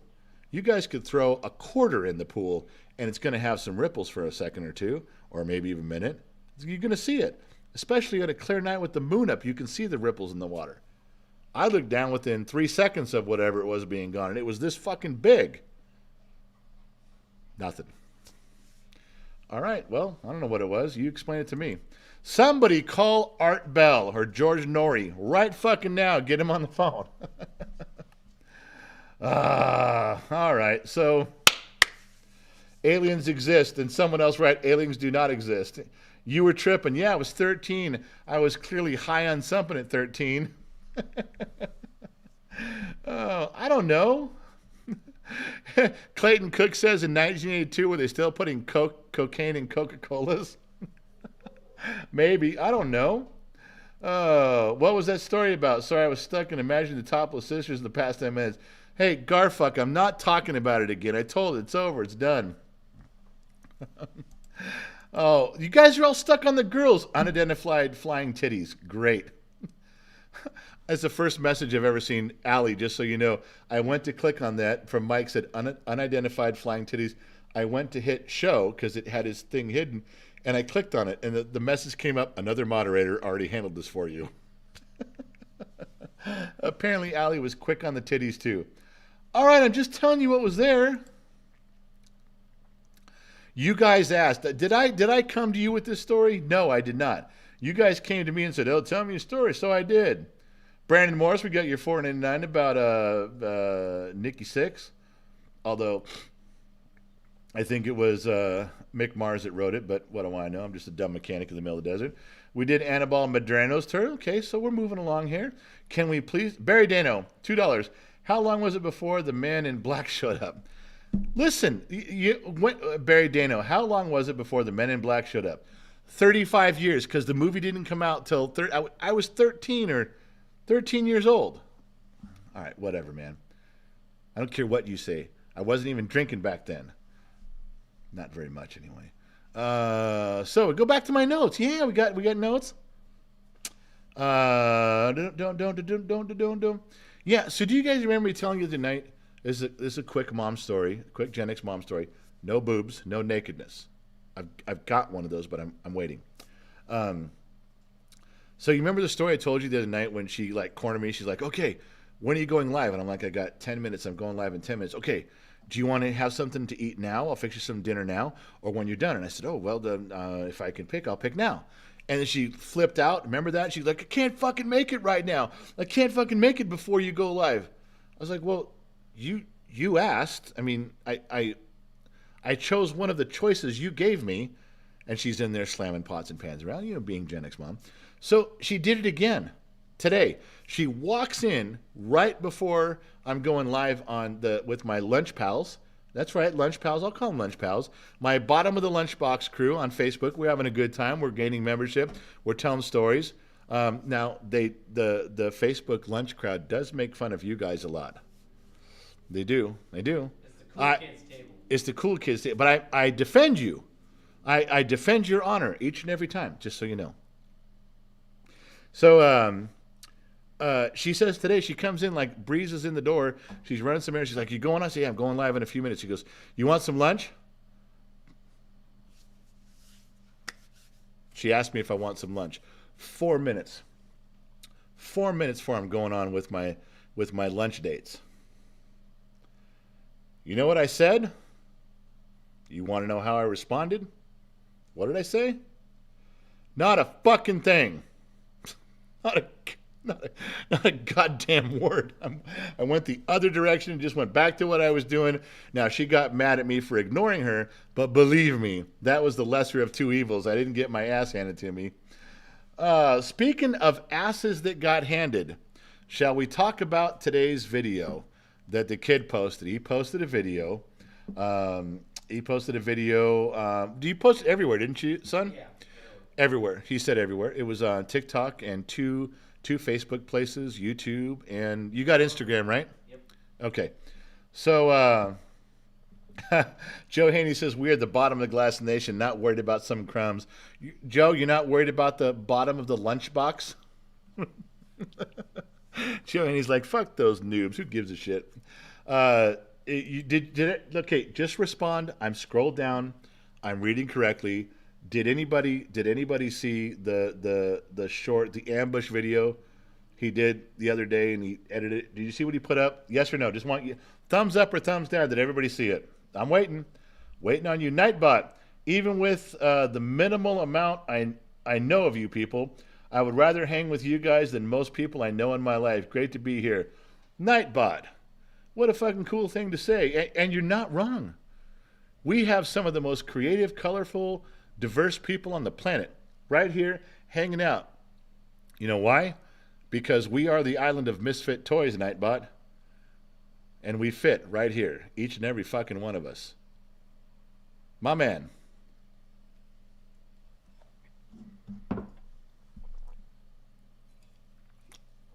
My training wheels. I'm waiting on you guys. Did you see the video or not? Wow. Nobody saw it. Hold on. Let's see. Oh, there's some. Camet and Stony B said yes. Wow. Gonzo said no. Joe Haney said it was fucking hilarious. There we go. Ricky Fatboy, Nick Steiger. There we go. Six said it. Six, where the fuck have you been? Mrs. Fort Watton was right. You don't show up anymore, man. Pissing me off. Brian Ivany. Brian Ivany's a fixture on the European show, too, by the way. Just so you know, he covers for you guys over there. Does a good job, too. Workflow, Mr. Fatty, Go Smoke a Toad. Okay, there's some people that saw it. Rome 13, Mrs. Null and Void. Thank you. Stony B. All right. So, the majority of you saw that. What you didn't see was what happened when Captain Dumbass went into the room. Now, you got to be clear on something. He doesn't fucking listen to me anyway. He never does. And I want to be honest with you, okay? At this stage, Gen Z kid is 16. He's got some wit. He's got some smart. He's quick on his feet. You guys all know that. You've seen him on live streams. So when he decided to breeze into that office where Gen X mom was having a fucking meltdown about some shit, I got to tell you, I gave him a 50-50 chance of survival. Normally, with all my other kids, I'd say, no, you're fucking done. But this kid's got some game. When I tell you that when I finally walked in to see what was going on, and he was sitting back on the couch with a finger in his face, he was taking it like a man and had a straight face on. He wasn't worried. He wasn't upset. He wasn't looking like this. That's my scared look. Is that how people look when they're scared? I haven't been scared in a long time. That's the look I'm coming up with. This was his look. Are you want me to do it on stream? Yeah. Show everybody. Yeah, I got when mom went for you like that and you were listening to her get in your face, how'd you look? I can't see it yet, but I'm waiting for that. Yeah. Yeah, it was like that. It was calm, cool, and he was. I saw him. And she got done, and he said, okay, Mom. He gave his mother a hug. She began to calm down a little bit from her little meltdown. I'll tell you about her meltdown later. He came back outside. Now, when he got outside, he kind of collapsed. He goes, okay, shit. He goes, I am not doing that again. That was horrible. And I didn't see the beginning of it, but you all knew when he went in there that was a bad move. But somehow he negotiated some terms in the short words he got to say. He got out of it. But I promise you, he learned a valuable lesson. He's not going back. It worked out great. His ambush video sucked. I hate those fucking things. But he learned a lesson. He got his shit done, and he survived. There's no funeral services next week. The kid did it. He got there. What did I miss in here? Okay, Allie's trying to talk to me about some shit. Joseph Zickgraf. I missed this one a few minutes ago. When I was 9, I was go at night alone playing a guitar. I put it down for a second and it started playing itself. I grabbed the neck of the guitar and the strings were moving in my hand. Joseph, I get it. There was a magic guitar playing in your hand. Do you think for 1 second that maybe you took double the medication on accident you were supposed to? Or maybe, I'm just throwing this out there, Joseph, I'm throwing this out there. Maybe your parents wanted some alone time with the neighbors. Maybe there was a key party going on, some sort of a swinger situation, and they needed you to go to bed, so they fed you a bunch of meds. You kind of woke up in the middle of it, and your mind, once it saw what it saw, pretended that it was a guitar and you just went back to bed? I'm just throwing stuff out there. I mean, I'm not saying anything like that ever happened to me. I'm just saying that the possibility exists. So I'm offering that to you as a substitute. Barry Dano. I can't read what he says there because it's off my screen. Barry Dano, $2. Crumbs get moldy with age. Whiskey gets better. Wow. If that isn't backing up Joe Haney to a T, nothing is. Wow. You fuckers really stick together, don't you? I mean, when I say there's no honor among thieves, you guys fucking take the cake. All right, so where did I leave off? Allie, I think he left. Who was Allie looking for? Was he kidding? Was who kidding? Two Bear banned? No. You guys think Two Bear, there's a problem with Two Bear? Tomash wants you to read his post. Sorry, my man. It's not up on Allie's thing over here, so I don't know what Two Bear said. Tomash said.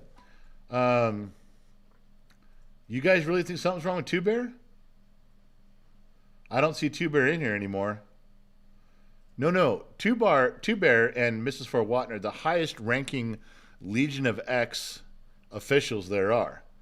No. We don't fuck around. Hold on. Holy shit, where's my phone? Hold on. Let's get this handled right now. Right fucking now. Let's find out what's going on. No, I'm not. I'm telling you, I'm not dicking around with this. If Two Bear doesn't show up, I'm going to fucking find that guy. Right now. No. I'll do it. For you guys, we'll do it. If he doesn't show up, there he is. Let's find Two Bear right now. You guys can hear this. I'm not fucking around, man. I'm telling you the truth. Call him Two Bear. So I was like, fuck this. So I was just like, I'll just go away for a little bit and come back tomorrow. I don't know what to say, man. I got I have no idea. Gen Z kid says you took your ball and went home. Okay, well, I want to promise you. Now, as everyone knows, Allie has her little private screen over here, and she's yelling at me. I never block him. I don't block him. Well, she knows that Allie knows that if she blocked you, the highest ranking member of the Legion of X, I'd fucking fire her in a New York minute. And that's a double painful thing for her. Not only would she be fired, but it's in a New York minute, and she hates New York. She's a Boston girl, so that doubly fucks things up for her. But now I'm telling you, the whole thing in there is everyone's all, where's Two Bear? Mrs. Fort Watton's looking for you. Allie's looking for you. Everyone said you got blocked, and then you got kicked. And I'm like, wait, what the fuck happened? Tommy Girl says, Two Bear sounds exactly like I thought he would. You don't know if that's good or bad. You don't know. I think Gen Z kid did it. All right. No, I did You know not. what? Did you fuck with Two Bear? I didn't screw Did you fuck with Two Bear? No, I did not. I'll fucking close you out. Listen. I was playing cool math games. I'm going to tell you right now, if you fucked with Two Bear, I got 7 other kids. I don't mind ending your life because I got 7 other kids. I didn't do it. Two Bear means a lot to me. Two Bear's got a place in my heart. You're still working on it. Did you fuck with Two Bear? No. You promise? No. You don't promise. Wait, no, I didn't promise. I'm being all discombobulated here. Oh, Two Bear. I'm the owner of Gen X, like, I Two do Bear. know it. No, Mrs. I was laughing because I think I'm like maybe YouTube did it because I'm a Oprah reference and I'm thinking, oh shit, maybe they stepped in. Well, Mrs. Fort Watton just wrote $2. Two Bear's voice is smooth as silk.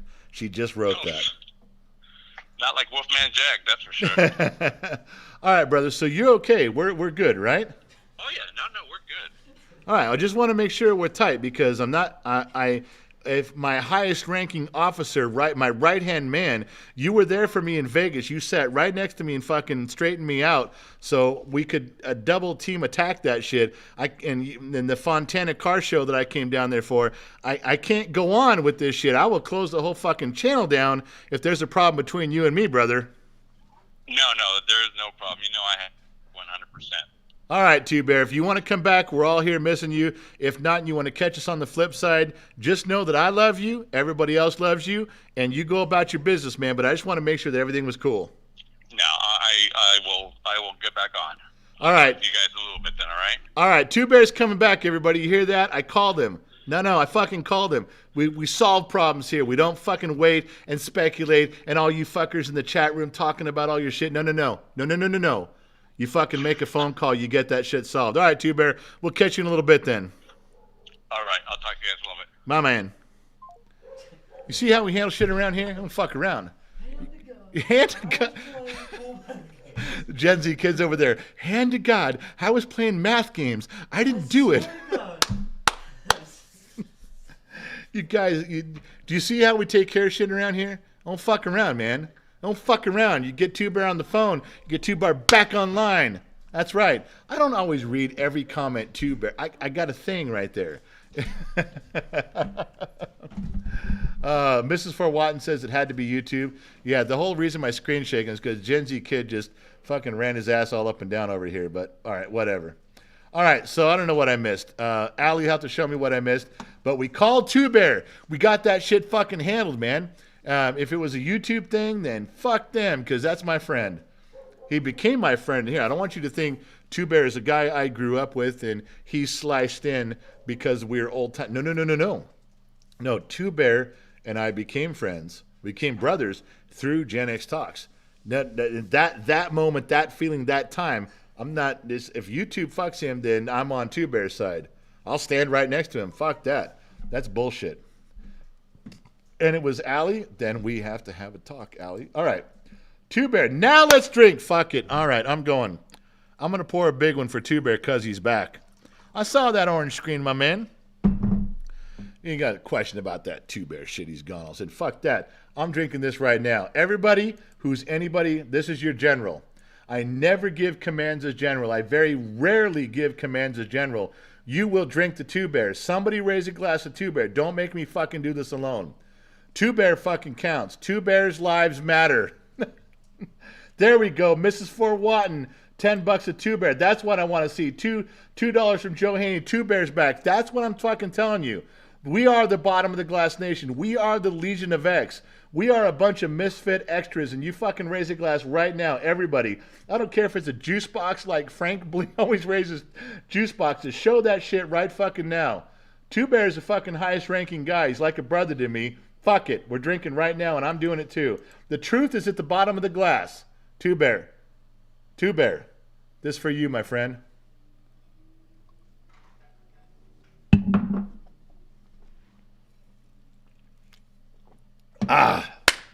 Yeah, let's go. We got stuff to say. Drinks are still coming in. That's right. That's what I'm fucking talking about. You do that shit. Josh Maddox got a leaf up there because Josh couldn't find a marijuana leaf. Neither could Smoke a Toad, Smicky Smick. All right, if you can't raise a glass, you pull in one long draw off your 3-finger joint right now. There we go.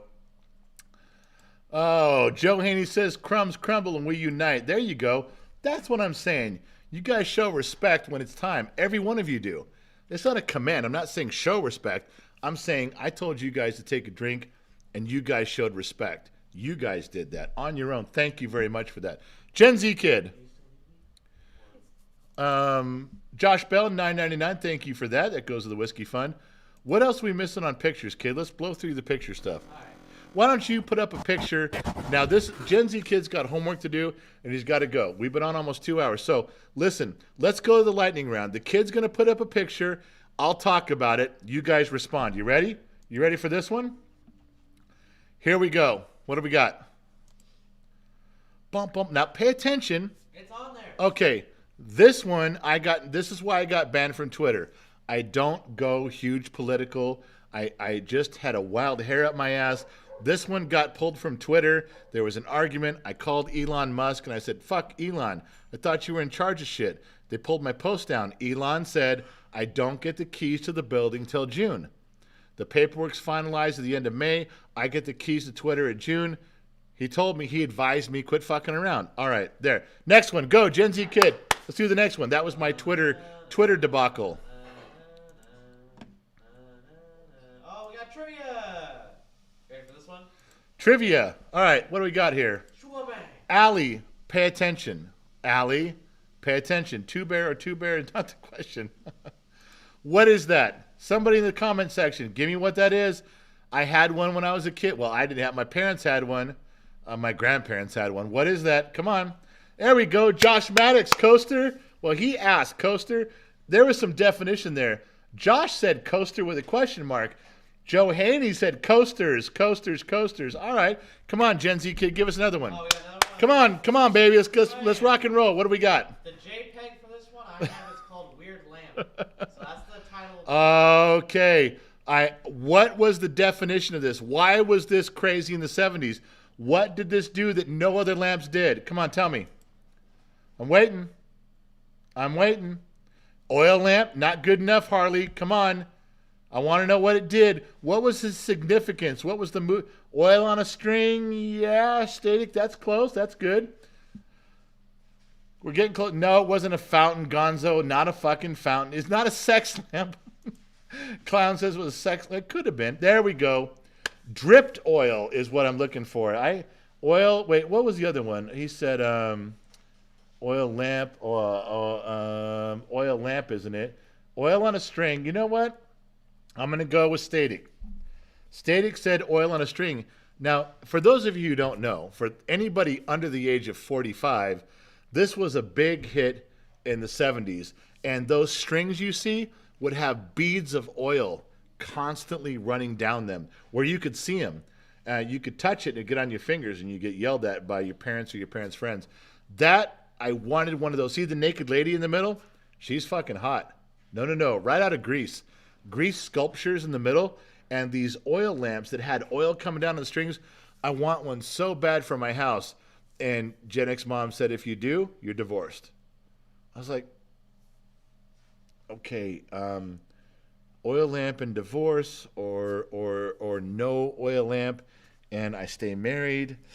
And I did my due diligence. Is my marriage worth $20? As Gen Z kid said, is my marriage worth $20? No. And I chose to stay married. So I do not have one of these beautiful nostalgia oil lamps, and I want one so bad. Next, yeah, go. No. I had one of these. Bing. I had one of these. What are we looking at? I don't know. It's your turn. Okay. Quickly, give me the name of this game. I erased it from there. Give me the name of the game. Go. 1, 2, 3, go. What is it? Come on. Oh, Gonzo. Fuck, that was fast. Jesus, Gonzo. I barely got it out. I barely even said anything. Gonzo, Harley, you were right behind him, but you were late, my man. You were late. I'm telling you, you guys got it. Oil boobs. You ready for the next one? Wait. Joey says oil boobs, which is true. Joe Haney, if it's sent to you or not by your choice, does it count? No. Joe, if one of these things gets sent to me as a gift, I'm allowed to have it. We've already established the ground rules. If one shows up, if an oil lamp from the 70s shows up with a naked Greek chick in the middle, I'm in. I'm good. It does not go in the garage. Okay, I'll put it in the garage. Oh, my God. All right, go. One more. What do we got? Feel little transitions, guys? Yeah. Little transition? Hey, good job, kid. Swam. I like that. Swam. What do we got? Oh, you like what's on the... Okay, what is that? Come on, first one to say it. Let's do it. First Swirly one. black Play-Doh. It's not black Play-Doh. It's not What Play-Doh. looks It's like? not Play-Doh. Hey, you spelled it wrong. GX. Patrick, you spelled it wrong. Film tube. I'm not looking for the word tube. There it is. Josh Maddox. I was looking for a film canister. Not film canna. Not film tube. Film tube. You have typos all the time. But they're incorrect typos. This one is correct. Josh Maddox, film canister. Thank you very much. Well done, young man. All right, how many more we got? Okay, last one. Okay, hold on. Last one. The last trivia thing is coming up. Now, I thought these things were extinct, what we're about to unfold. You can take that picture down. Oh, yeah. I thought these things were extinct. So I thought I was bringing up something from my child from the mid-'80s. And you know what Gen Z kid said? He's like, no, we used those today. I used one in my shop class today. We got one. I'm like, are you fucking kidding me? They still have these things? I knew which one I should have picked, and I'm going to save it for another time. But this is the last trivia thing. Come on. He's going to put up a picture. You guys tell me what it is. I don't know the official name, but I know how it works because I used one a bunch. Ready? 3, 2, 1. Here we go. Show me what it is. Let's go. Let's go. Who's first? A Bunsen burner. No. Come on. Come on. Where are we at? Mr. Tommy, welcome as an extra. Thank you. Laminator, chopboard, paper cutter. That's right. RY, right. RY, paper cutter. That was the one that you had to sew the paper in there and how many kids in shop class lost a fingertip on those? I saw 2 at Madison Junior High while I was there. Madison Junior High. Because I got kicked out of the private school where Jennick's mom was goody-goody two-shoes being goody-goody two-shoes, and the private school, the Christian private school. So I had to go to Madison Junior High, which was a public school, and we had busing. We got kids from South Central LA, and this is where I learned what that thing was. What else do we have on the board with that? Can you say it without saying it? That's it. There's nothing else in there for pictures. No more pictures? Nothing. Okay, then your job is done, son. Hey, the kid is leaving. He's going to put his picture up. Put your picture up. Get up there. Say goodbye. Oh, okay. Let me. Come on now. Come on now. Get on with it, baby. Hey, whoa! I'm big now. Oh, my frame didn't come with me. Anyway, bye. All right, there's the kid. There's Gen Z kid. He was our producer tonight. He stuck it out for the whole 2 hours. He did good. And now you're flying solo with me. He's going to put me back on the screen. And that is the end of that. Now we know. Mr. Tommy ARG, welcome. Remember, I covered that. All right, so we're done now. The kid's out, and I'm here. Let me grab a couple little somethings here. Yeah, I'm reaching for the whiskey. I'm also reaching for something else, which I can't describe right now because it's a horrible little thing that I have to develop here. And we got that right where my little R2D2 fan over there. I got to pour some more whiskey. You don't want me to not pour whiskey, do you? Of course you do. All right, so let's get in to the stuff that matters. Let's pull the microphone in a little closer. Let's slow things down just a bit. Let's get serious for a moment, shall we? Yeah, we should. We did Josh Bell. Allie, I told Josh Bell $9.99. Unallocated funds go to the whiskey. Josh Bell did $10. I love Josh. We talked about it. Joe Haney, Crumbs Crumble, We Unite. I think I even covered that one too.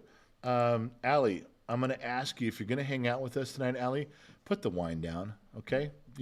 I know there's Allie, listen. You want to Google something? There's a thing called a bottle saver. No, listen. And when you open the wine bottle and you don't finish it, you put it in, it saves the wine. There's a bottle saver. You can save the wine. I know you have no idea what that means. You're looking at me right now going, well, who doesn't finish the bottle? Allie, lots of people don't finish the bottle. That's why they invented a bottle saver. It's for you to put in the wine bottle when it's unfinished, when there's some left over. I know, Allie, that you're half on the floor doing this from your phone with one hand, a glass of red in the other. I got it. I do. I love you and I sympathize, but you can put the wine down. You can try to wipe the hair out of the way from your eyes and just focus on what we're doing here. Can you do that for me? Just a little bit, sweetie? Okay, can you? Thank you. Appreciate that. Now you buck up, hero, and you do the right thing. Wow, she's screaming at me. She says, sorry, oh my God, my bottle saver is in unopened packaging. Yeah, for like 5 years. She's had, someone bought her one time and said, use this, and she never opened it. Oh my God, what is wrong with what's going on around here? All right, I8 says, now the party starts, no more babysitter. GX Patrick, no typo that time. Whiskey fund, my man. All right, you guys want to turn it up? You guys want to put some money in the whiskey fund and get me to not shut the fuck up? We've been here 2 hours.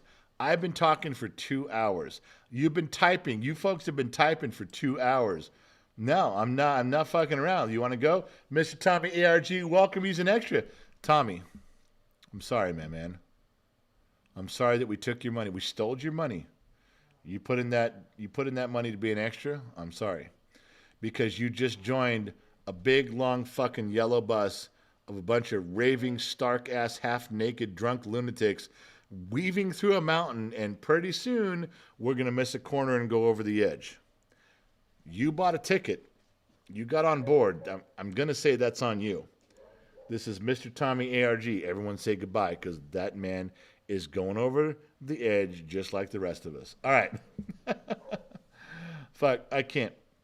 I'm already a little heavy buzzed. I shouldn't drink this, but I have to. It says Gen X Talks right on the side, and there's some alcohol in it. I don't want to drink it. I don't want to drink the alcohol. But as the person on this side of the camera, I feel slightly obligated to get to the truth, and the truth is at the bottom of the glass, and I can't get to the bottom of the glass without drinking it. So to all of you Legion of X, all of you misfit extras that reside in the bottom of the glass nation, which is what we are, I'll drink it and we'll move on. You ready?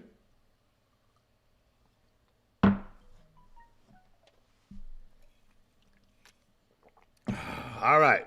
Let me see what I missed. Clown just dropped fucking so many shots I can't see straight. Caroline Jones, $20 for the Whiskey Fund. Caroline Jones, $20 for the Whiskey Fund. Turn my whole screen orange. At this moment, I'm in love with Caroline Jones. I don't care what the rest of you say at all. Judge me if you want. Who cares?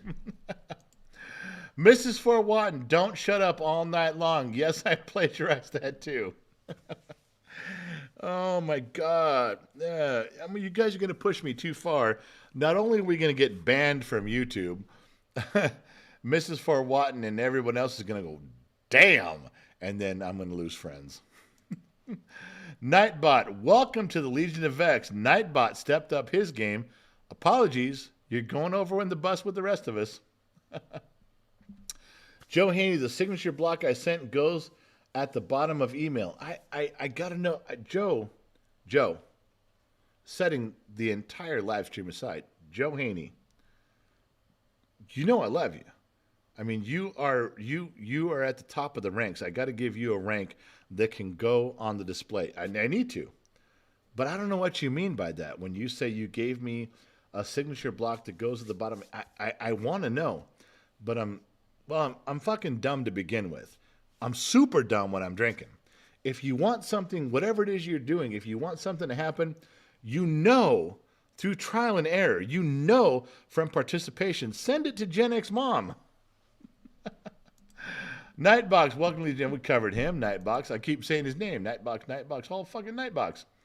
Mrs. Fort Watton gave a salute to Nightbox. Anybody who joins as a member of any level, you guys all need to take a moment and give them, like Mrs. Fort Watton did, give them that soldier salute. They're doomed. You know they're doomed. Anybody who joins and the screen turns green, you guys should just tell them, I'm sorry, you're doomed, and give them the salute. That should be an official thing, like what Mrs. Fort Watton did. You tell them, at them, or say their name. Thank you for joining. Welcome aboard. You're doomed, and then the salute. That should be a fucking thing, because they need to understand. Now tonight it's a bus, but we've been on a plane, we've been on a train, we've been on a sinking ship.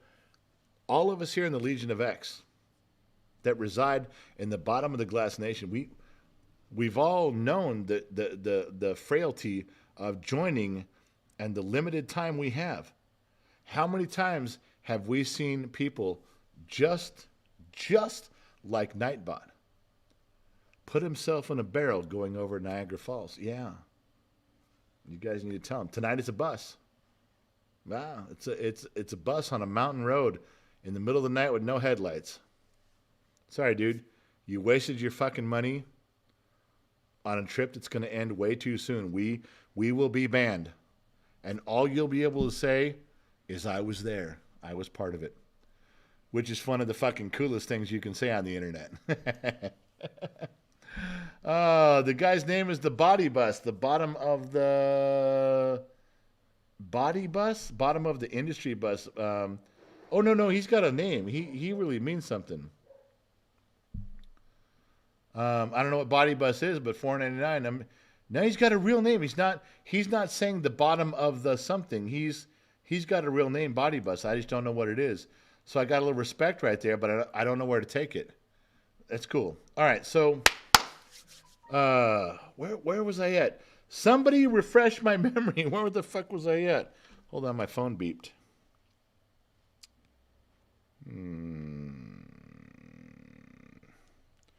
All right, as long as my security cameras aren't going off, I'm fine. That's good.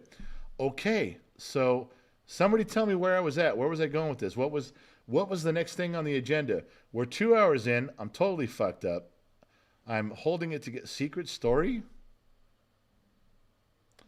All right, let me look. It could be right.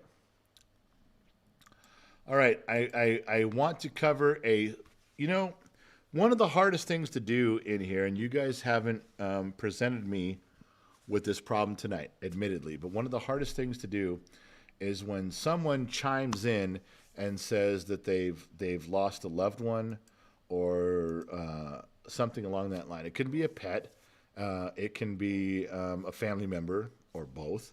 And it's hard to address a person who's going through grief and bring them back up. That's a difficult thing to do. So you damn sure don't want to do it to yourself. And here I am doing it to myself. So let me point out something that I wrote in my notes. This was from Gen X Mom, and I want you to listen. Now, when I tell you it's from Gen X Mom, most of you will stop typing. Most of you will stop entertaining the idea of commenting. A month or so ago, Frank Blee, who is a diehard, dedicated member of our community, he's in here all the time. He's in here right now, as far as I know. He never said he was leaving, as far as I know. Frank Blee lost his wife. There's been a few of you that have chimed in with the loss of a spouse or a parent or a child. Yes. And as you know, Gen X Mom lost her mother. That was a big thing. And I wanted to point out something that Gen X Mom kind of wrote to me earlier today. And now I want you to think. I know you're all drunk and fucked up like I am, but sometimes words like this sink in more at moments like this than they do at other times. So listen to me. I'm bringing it down a notch. Listen. You never know when the last time you're going to see someone is. Fucking phone. I can't even believe this fucking thing is on. Extremely unprofessional. I'm killing it right now. You're done. What else? Everybody's done. All right, we're done. I'm sorry. I do apologize. None of us ever know the last time we've done something or the last time we've seen someone. Sometimes we know, but remember when you hung out with your buddies in 6th grade? You guys rode your bikes to someone's house, you played Atari or Nintendo, you played baseball in the cul-de-sac, baseball on the street. Do you remember when you played street hockey or rode skateboards? At some point, there was a time that it was the last time you rode skateboards with all your buddies at 11 years old. You just didn't know it when it was the last time. The last time it happened, you didn't know it was the last time. Did you? None of us do. The last time that there was 17 bicycles on the front lawn of a neighbor and you went and ran and rang the doorbell or knocked on the door, it was the last time you were going to do that. But you didn't know. The last time you were going to talk to a family member, you talked to him on the phone, but you didn't know. Yeah. So what I'm trying to remind you of, what I think that Caroline Jones, $20 whiskey fund popped back up again. Thank you. What I'm trying to remind you of, what I'm trying to show you, what I'm trying to make you aware of that some of you already know. Think about the last time you saw someone and you didn't know. Think about the people around you right now. You won't know when the last time is you're going to see them. May have already done it. You may have already done it. You may have seen them for the last time. Now, Frank Blee was there with his wife. Many moments he had with her. Thankfully, I know it was hard. Gen X mom, many moments she had with her mother. It was hard, but she knew that the moment was coming. But how many times do we not know? Think about this, and I swear I'm not trying to put myself on a pedestal of any kind. But what happens if my big, fat, heart problem guy, yes, I do have an enlarged heart, I do use a CPAP machine, I do have health issues, as you might have noticed. But what happens if tomorrow morning Gen Z kid gets on here and says, my dad passed away last night from a heart attack? How do we know the last time we're going to see somebody? How are we going to know the last time we have the opportunity to say the words we wish we'd fucking said? Now, setting me aside, that was just an example. How many people in your life do you wish you'd taken the time to say something to? If they passed away, how much regret are you going to have? Every one of us has one. Some of us have 3 or 4 going, oh shit, I need to say something. And you fucking say it. As soon as we're done here tonight, you fucking say it. Steve McDaddy, $5. Thank you, Steve. I'm going to put that towards the kids' project fund for FFA. Thank you. What I'm pointing out is something that Gen X mom brought up. You never know when you're going to have the last time of something. The last time you went to miniature golf with your friends. The last time that you went to the movie. The last time you and your friends all sat at that little dive and had nachos at midnight. You don't know. And because you don't know, and because I don't know, what the fuck is wrong with us for picking up the phone and breaking that ice and going, look, man, I don't know how much time you got left, or me, but I want to tell you I love you and I miss you. And I think about you a lot. That's all I'm saying. That's all I'm saying. I'm not telling you to apologize to people for shit you're worried about. I'm telling you, don't miss the fucking opportunity. Because that's what Gen X mom told me today. She said, I just feel bad for people that miss the opportunity. That's it. All right, man. So now we're moving on. And in typical Gen X fashion, thank God you're not on a boomer channel or a millennial channel or a Gen Z channel. You're on a Gen X channel. You're on a Gen X channel, motherfucker. And you know what that means? There's people drinking beers or wines, it doesn't matter, hard or soft alcohol, but there's also people smoking, stroking, joking, and toking. Yeah. So we're going to finish this up strong. We got a little stretch. We're in the foam stretch now. You can hear me pouring that. All right. I don't want to drink. Now, you guys know me.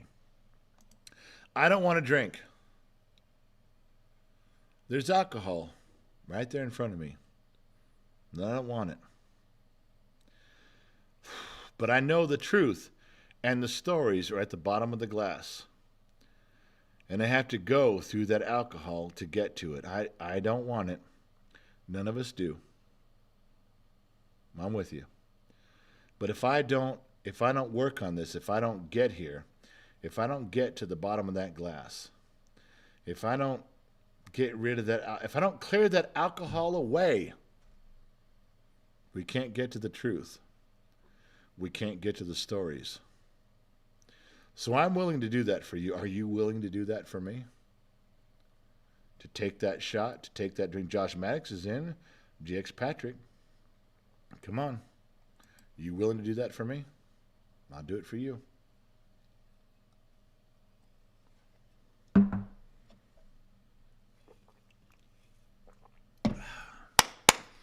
$37 Hearst is in. What I miss from Allie?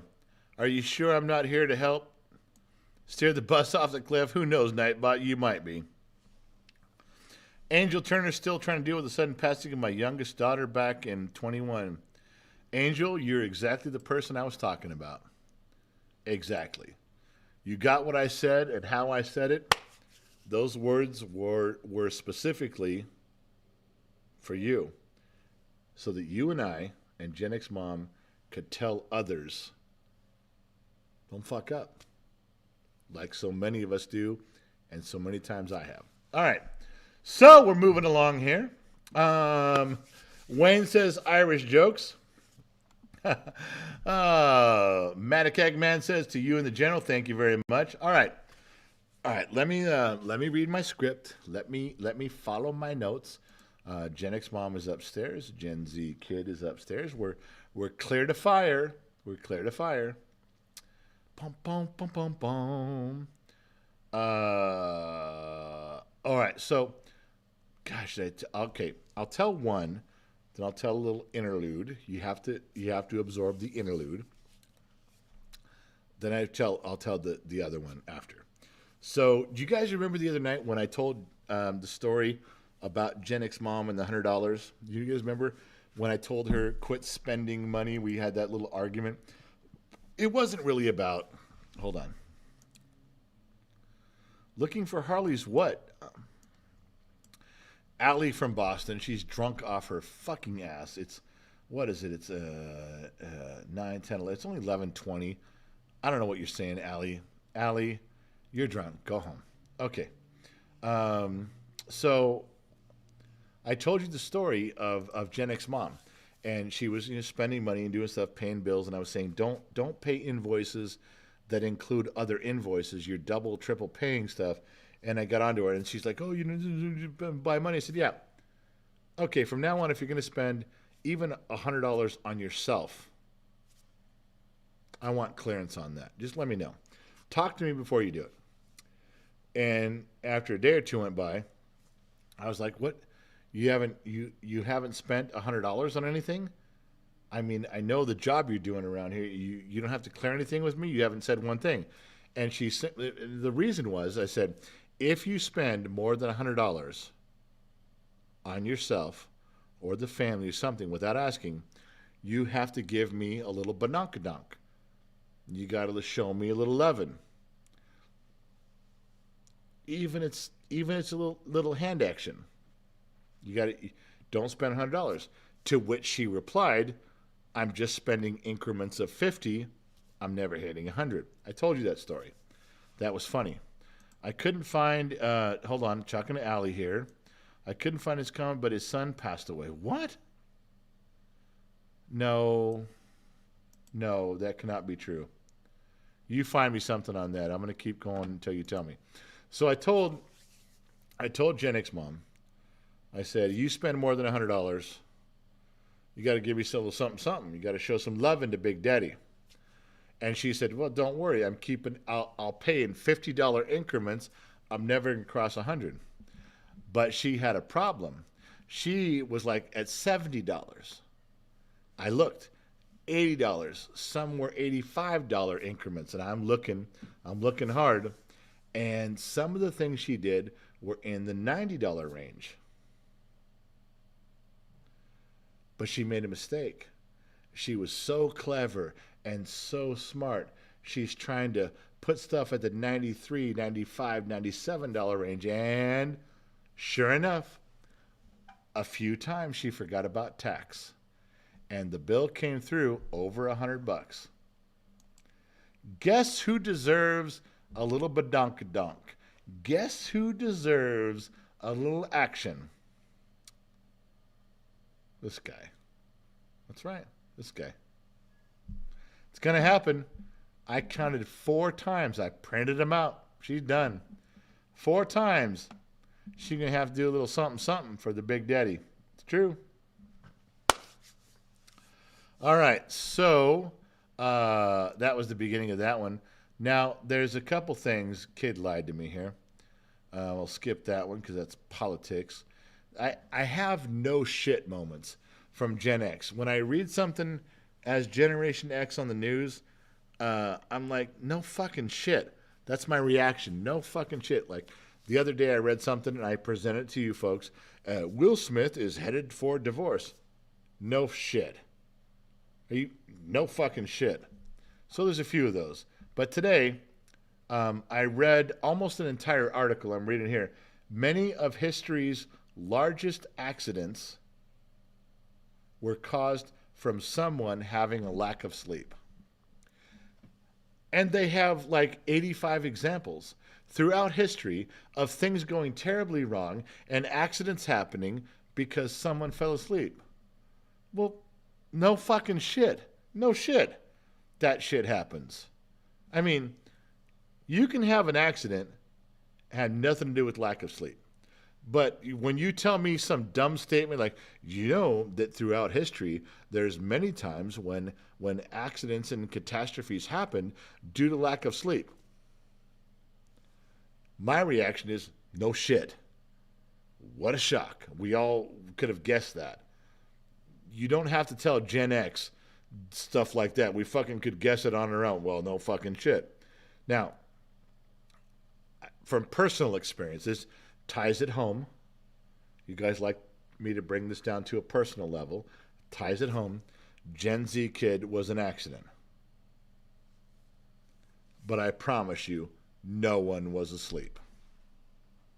True story. All right.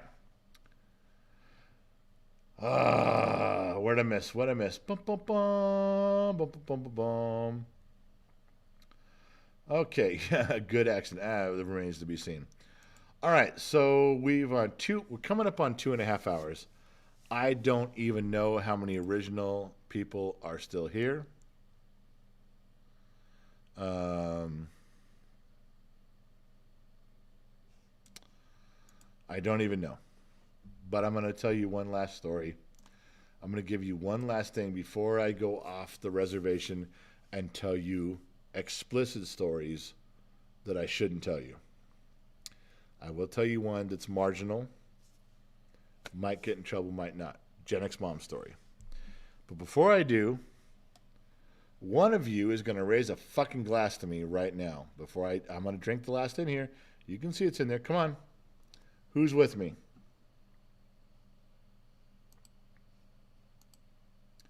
There we go. Michael Anzoni's in here. Me Gusta El Alcohol's in here. There we go. All right. Flooded the room. Josh, Two Bear, Fat Boy, Cabo, Josh, thank you. Mrs. Fort Watton, that Mrs. Fort Watton put the truth. All right. So I'm going to tell you this. This is the last one, and then I got to say goodnight. I do. And I should charge you fuckers money for this. And I'm not.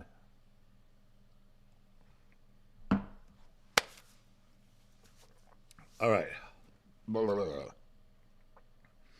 So, if Mrs. Fort Watton has her pad of paper and pencil out, Mrs. Fort Watton, you can sort of cross out part of a story that I know you're holding on to about Angel Stadium. Because that was an incredible fucking 12 hours. Not talking about all of it.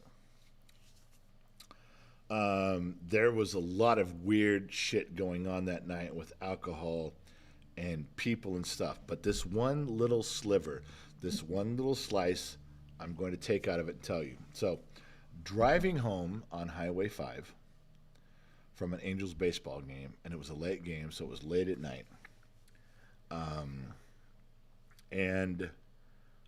Gen X mom had been flashing truckers for money, like she does.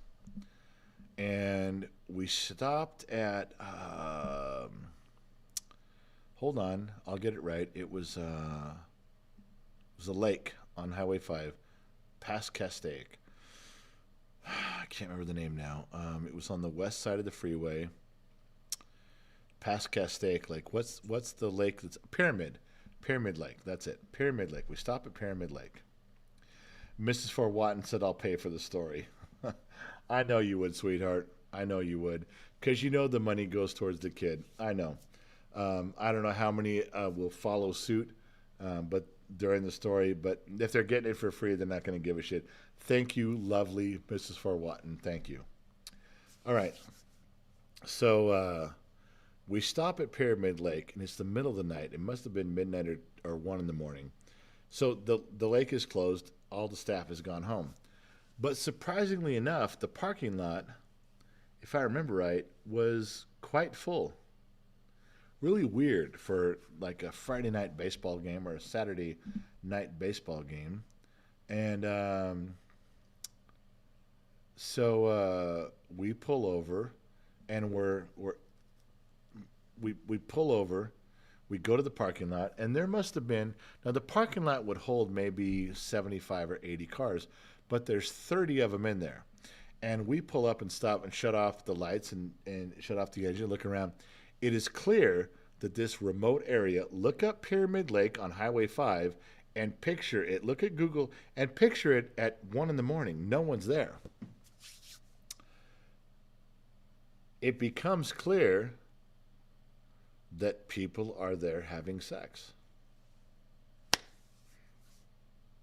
which is why we were there. Now, the only difference is that there's 30 to 40 cars, and they're coming in and out.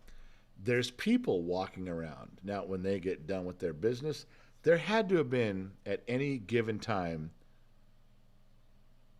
20 people walking in the parking lot, smoking, drinking, just enjoying the moonlit night.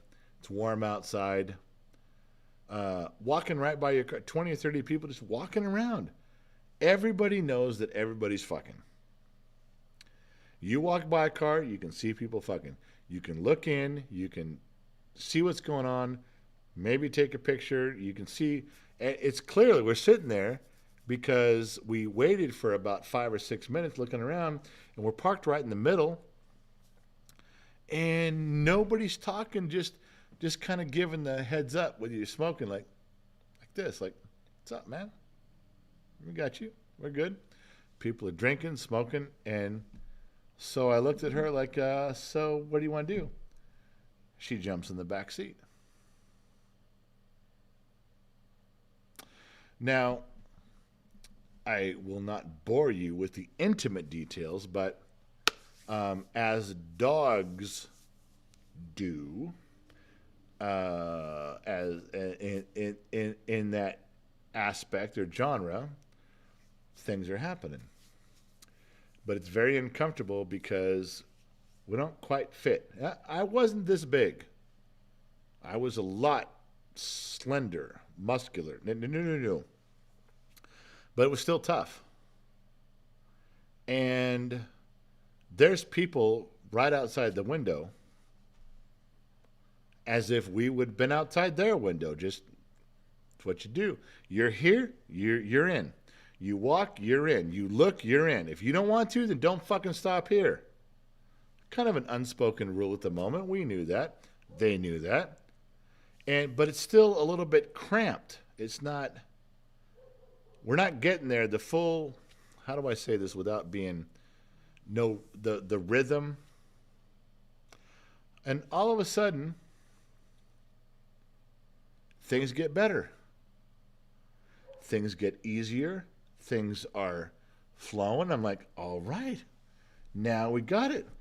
It didn't occur to me for a few minutes, like, how did all of a sudden things get, this is much better. You know what she did? She rolled down the fucking window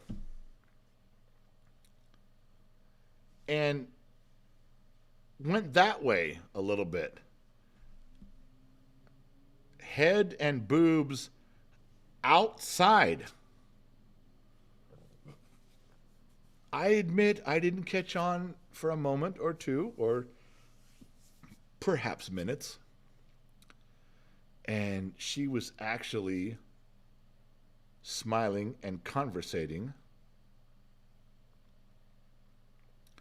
with anybody who walked by. Her part was out the window. My part was concealed inside, but I had much more room to negotiate. Unfucking believable.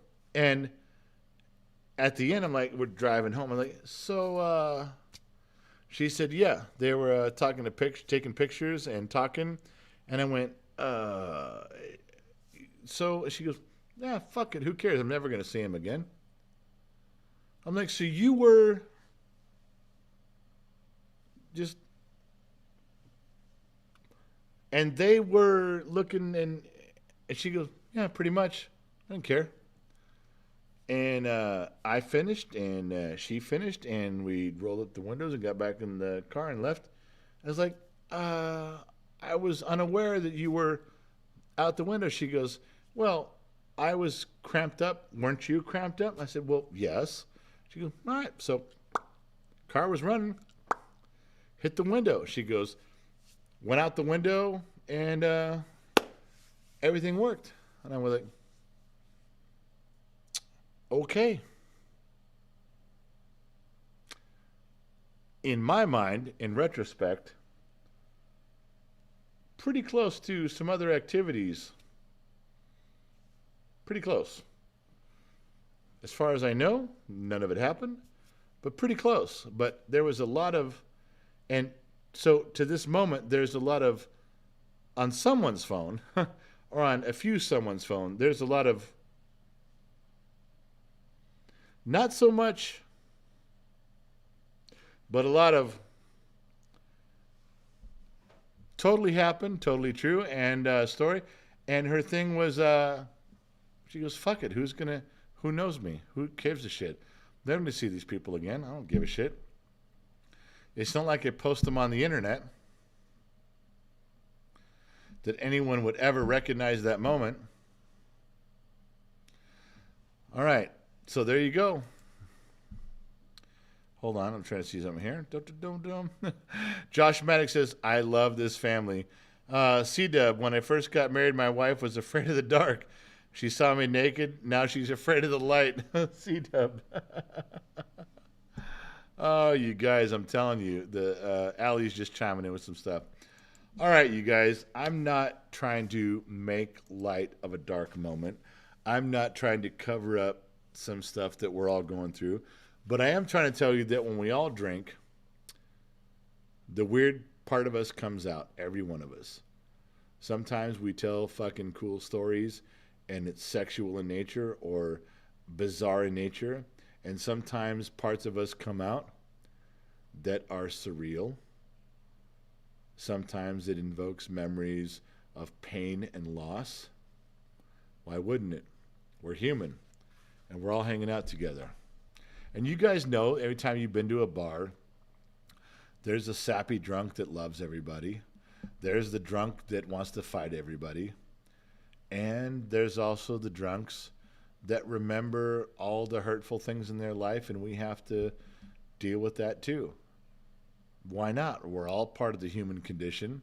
This is no different than sitting around a campfire shooting the shit. This is no different than sitting around a bar till it closes and they tell us to move out. How many times have you guys been in a bar? How many times have you guys closed out a bar when they say you don't got to go home, but you can't stay here? Oh, that's a real thing from a song, but it's a real thing, and bartenders say it. So I'm going to tell you right now, you guys don't have to go home, but you can't stay here anymore. No. We're done with the live. We're done with our stuff. I'm going to get my fat ass up. Hang on one second. Let me find to see if Gen Z Kid can close out. Yo, Gen Z Kid! Hear that? It's a voice of authority. Yo! There he comes, thundering down the stairs. Gen Z Kid, you were here for a second? I'm under the impression that I do not have the ability to close out this live stream when I'm done. That's true. All right, so... No, this one's going indefinitely. It's never stopped. Gen Z Kid, it's going indefinitely, never stop. So when I point to him, I'm going to shut the thing off and close thing out. But I want to tell you right now that we have moments in here, don't we? They're funny. They're laughable. I mean, some of us drink and can't fucking stand up anymore because we're laughing so hard and having a good time. Oh, I know the kid's got 2 million followers across all of his platforms. I got that. I know that in YouTube, right here on this platform, he's got 270,000 people. But I also know that there's a group of us, there's a membership group, there's a loyal following that's, 500 or 600, and it narrows down to 30 or 40 that put their heart out there, whether it's in jest or in love or in anger, and sometimes sadness. But we get through it. All of us do. That's why you guys go to the chat room. That's why the chat room, the Gen X Talk chat room, is open all the time, because sometimes 5 or 6 of you need to go there and just hang out. Sometimes 50 of you need to go there and hang out. It's a special group. It really is. I don't know what made it that way. But if you think it's my words that bring us together, you're wrong. You're wrong. It's you guys. It's every single person, member or not, that participates, that just can't quite shut off the stream because they're part of something. That's not me. I'm just a catalyst. I'm just the fucking face and a voice that runs his mouth. No. It's you guys that inspire the stories and drag stuff out of me that I wouldn't just walk. You think I'd walk out on the street at 7-Eleven and go, "Hey, let me tell you a story, cashier," while I'm picking up my 5-hour energy and my Coca-Cola and my whatchamacallit bar? I don't do that. You guys bring out that stuff. And it's important. And I love these shows. I love my lunchtime shows. They're getting bigger. It's a whole different audience and a whole different conversation. But here, with you guys, the bottom of the glass nation, something special. You guys have made it that for me. Nothing I did. You guys have made the bottom of the glass nation, the Legion of X, the island of misfit toys, something bigger. Thank you for the time you spend here. More than anything, thank you for the time you spend with us. Thank you for the donations that you give to the kid. I know it's whiskey fund and it's all I know, but you guys know that it goes to the kid who's figuring out his way through life. You guys have literally for the last year or so watched him grow up. You have. He's got more to go, but you've watched him. You're going to be able to say you saw him from this 14-and-a-half-year-old kid get to where he's at and move on. That's huge. That's fucking huge. So I'm going to leave. I'm going to sign off. I'm going to point to the producer, Gen Z Kid. This is his channel. This is his thing. The ambush videos suck. Quit encouraging him. But the fireside chats we do around the bar, thank you, every one of you. I appreciate you guys all. Tuesdays, Wednesdays, and Thursdays, we're going to do this. Tomorrow's a big show, special event, big show. We're all going to be there. There's trivia, there's prizes, there's stuff. Don't miss that. And lunchtime, Monday through Friday. Be there when you can. All right, you guys, I'm going to head out. But from everybody here at Gen X Talks, from the kid and Gen X mom and me, and even my aging dog Riley that won't leave my side, I promise we will catch all of you on the flip side.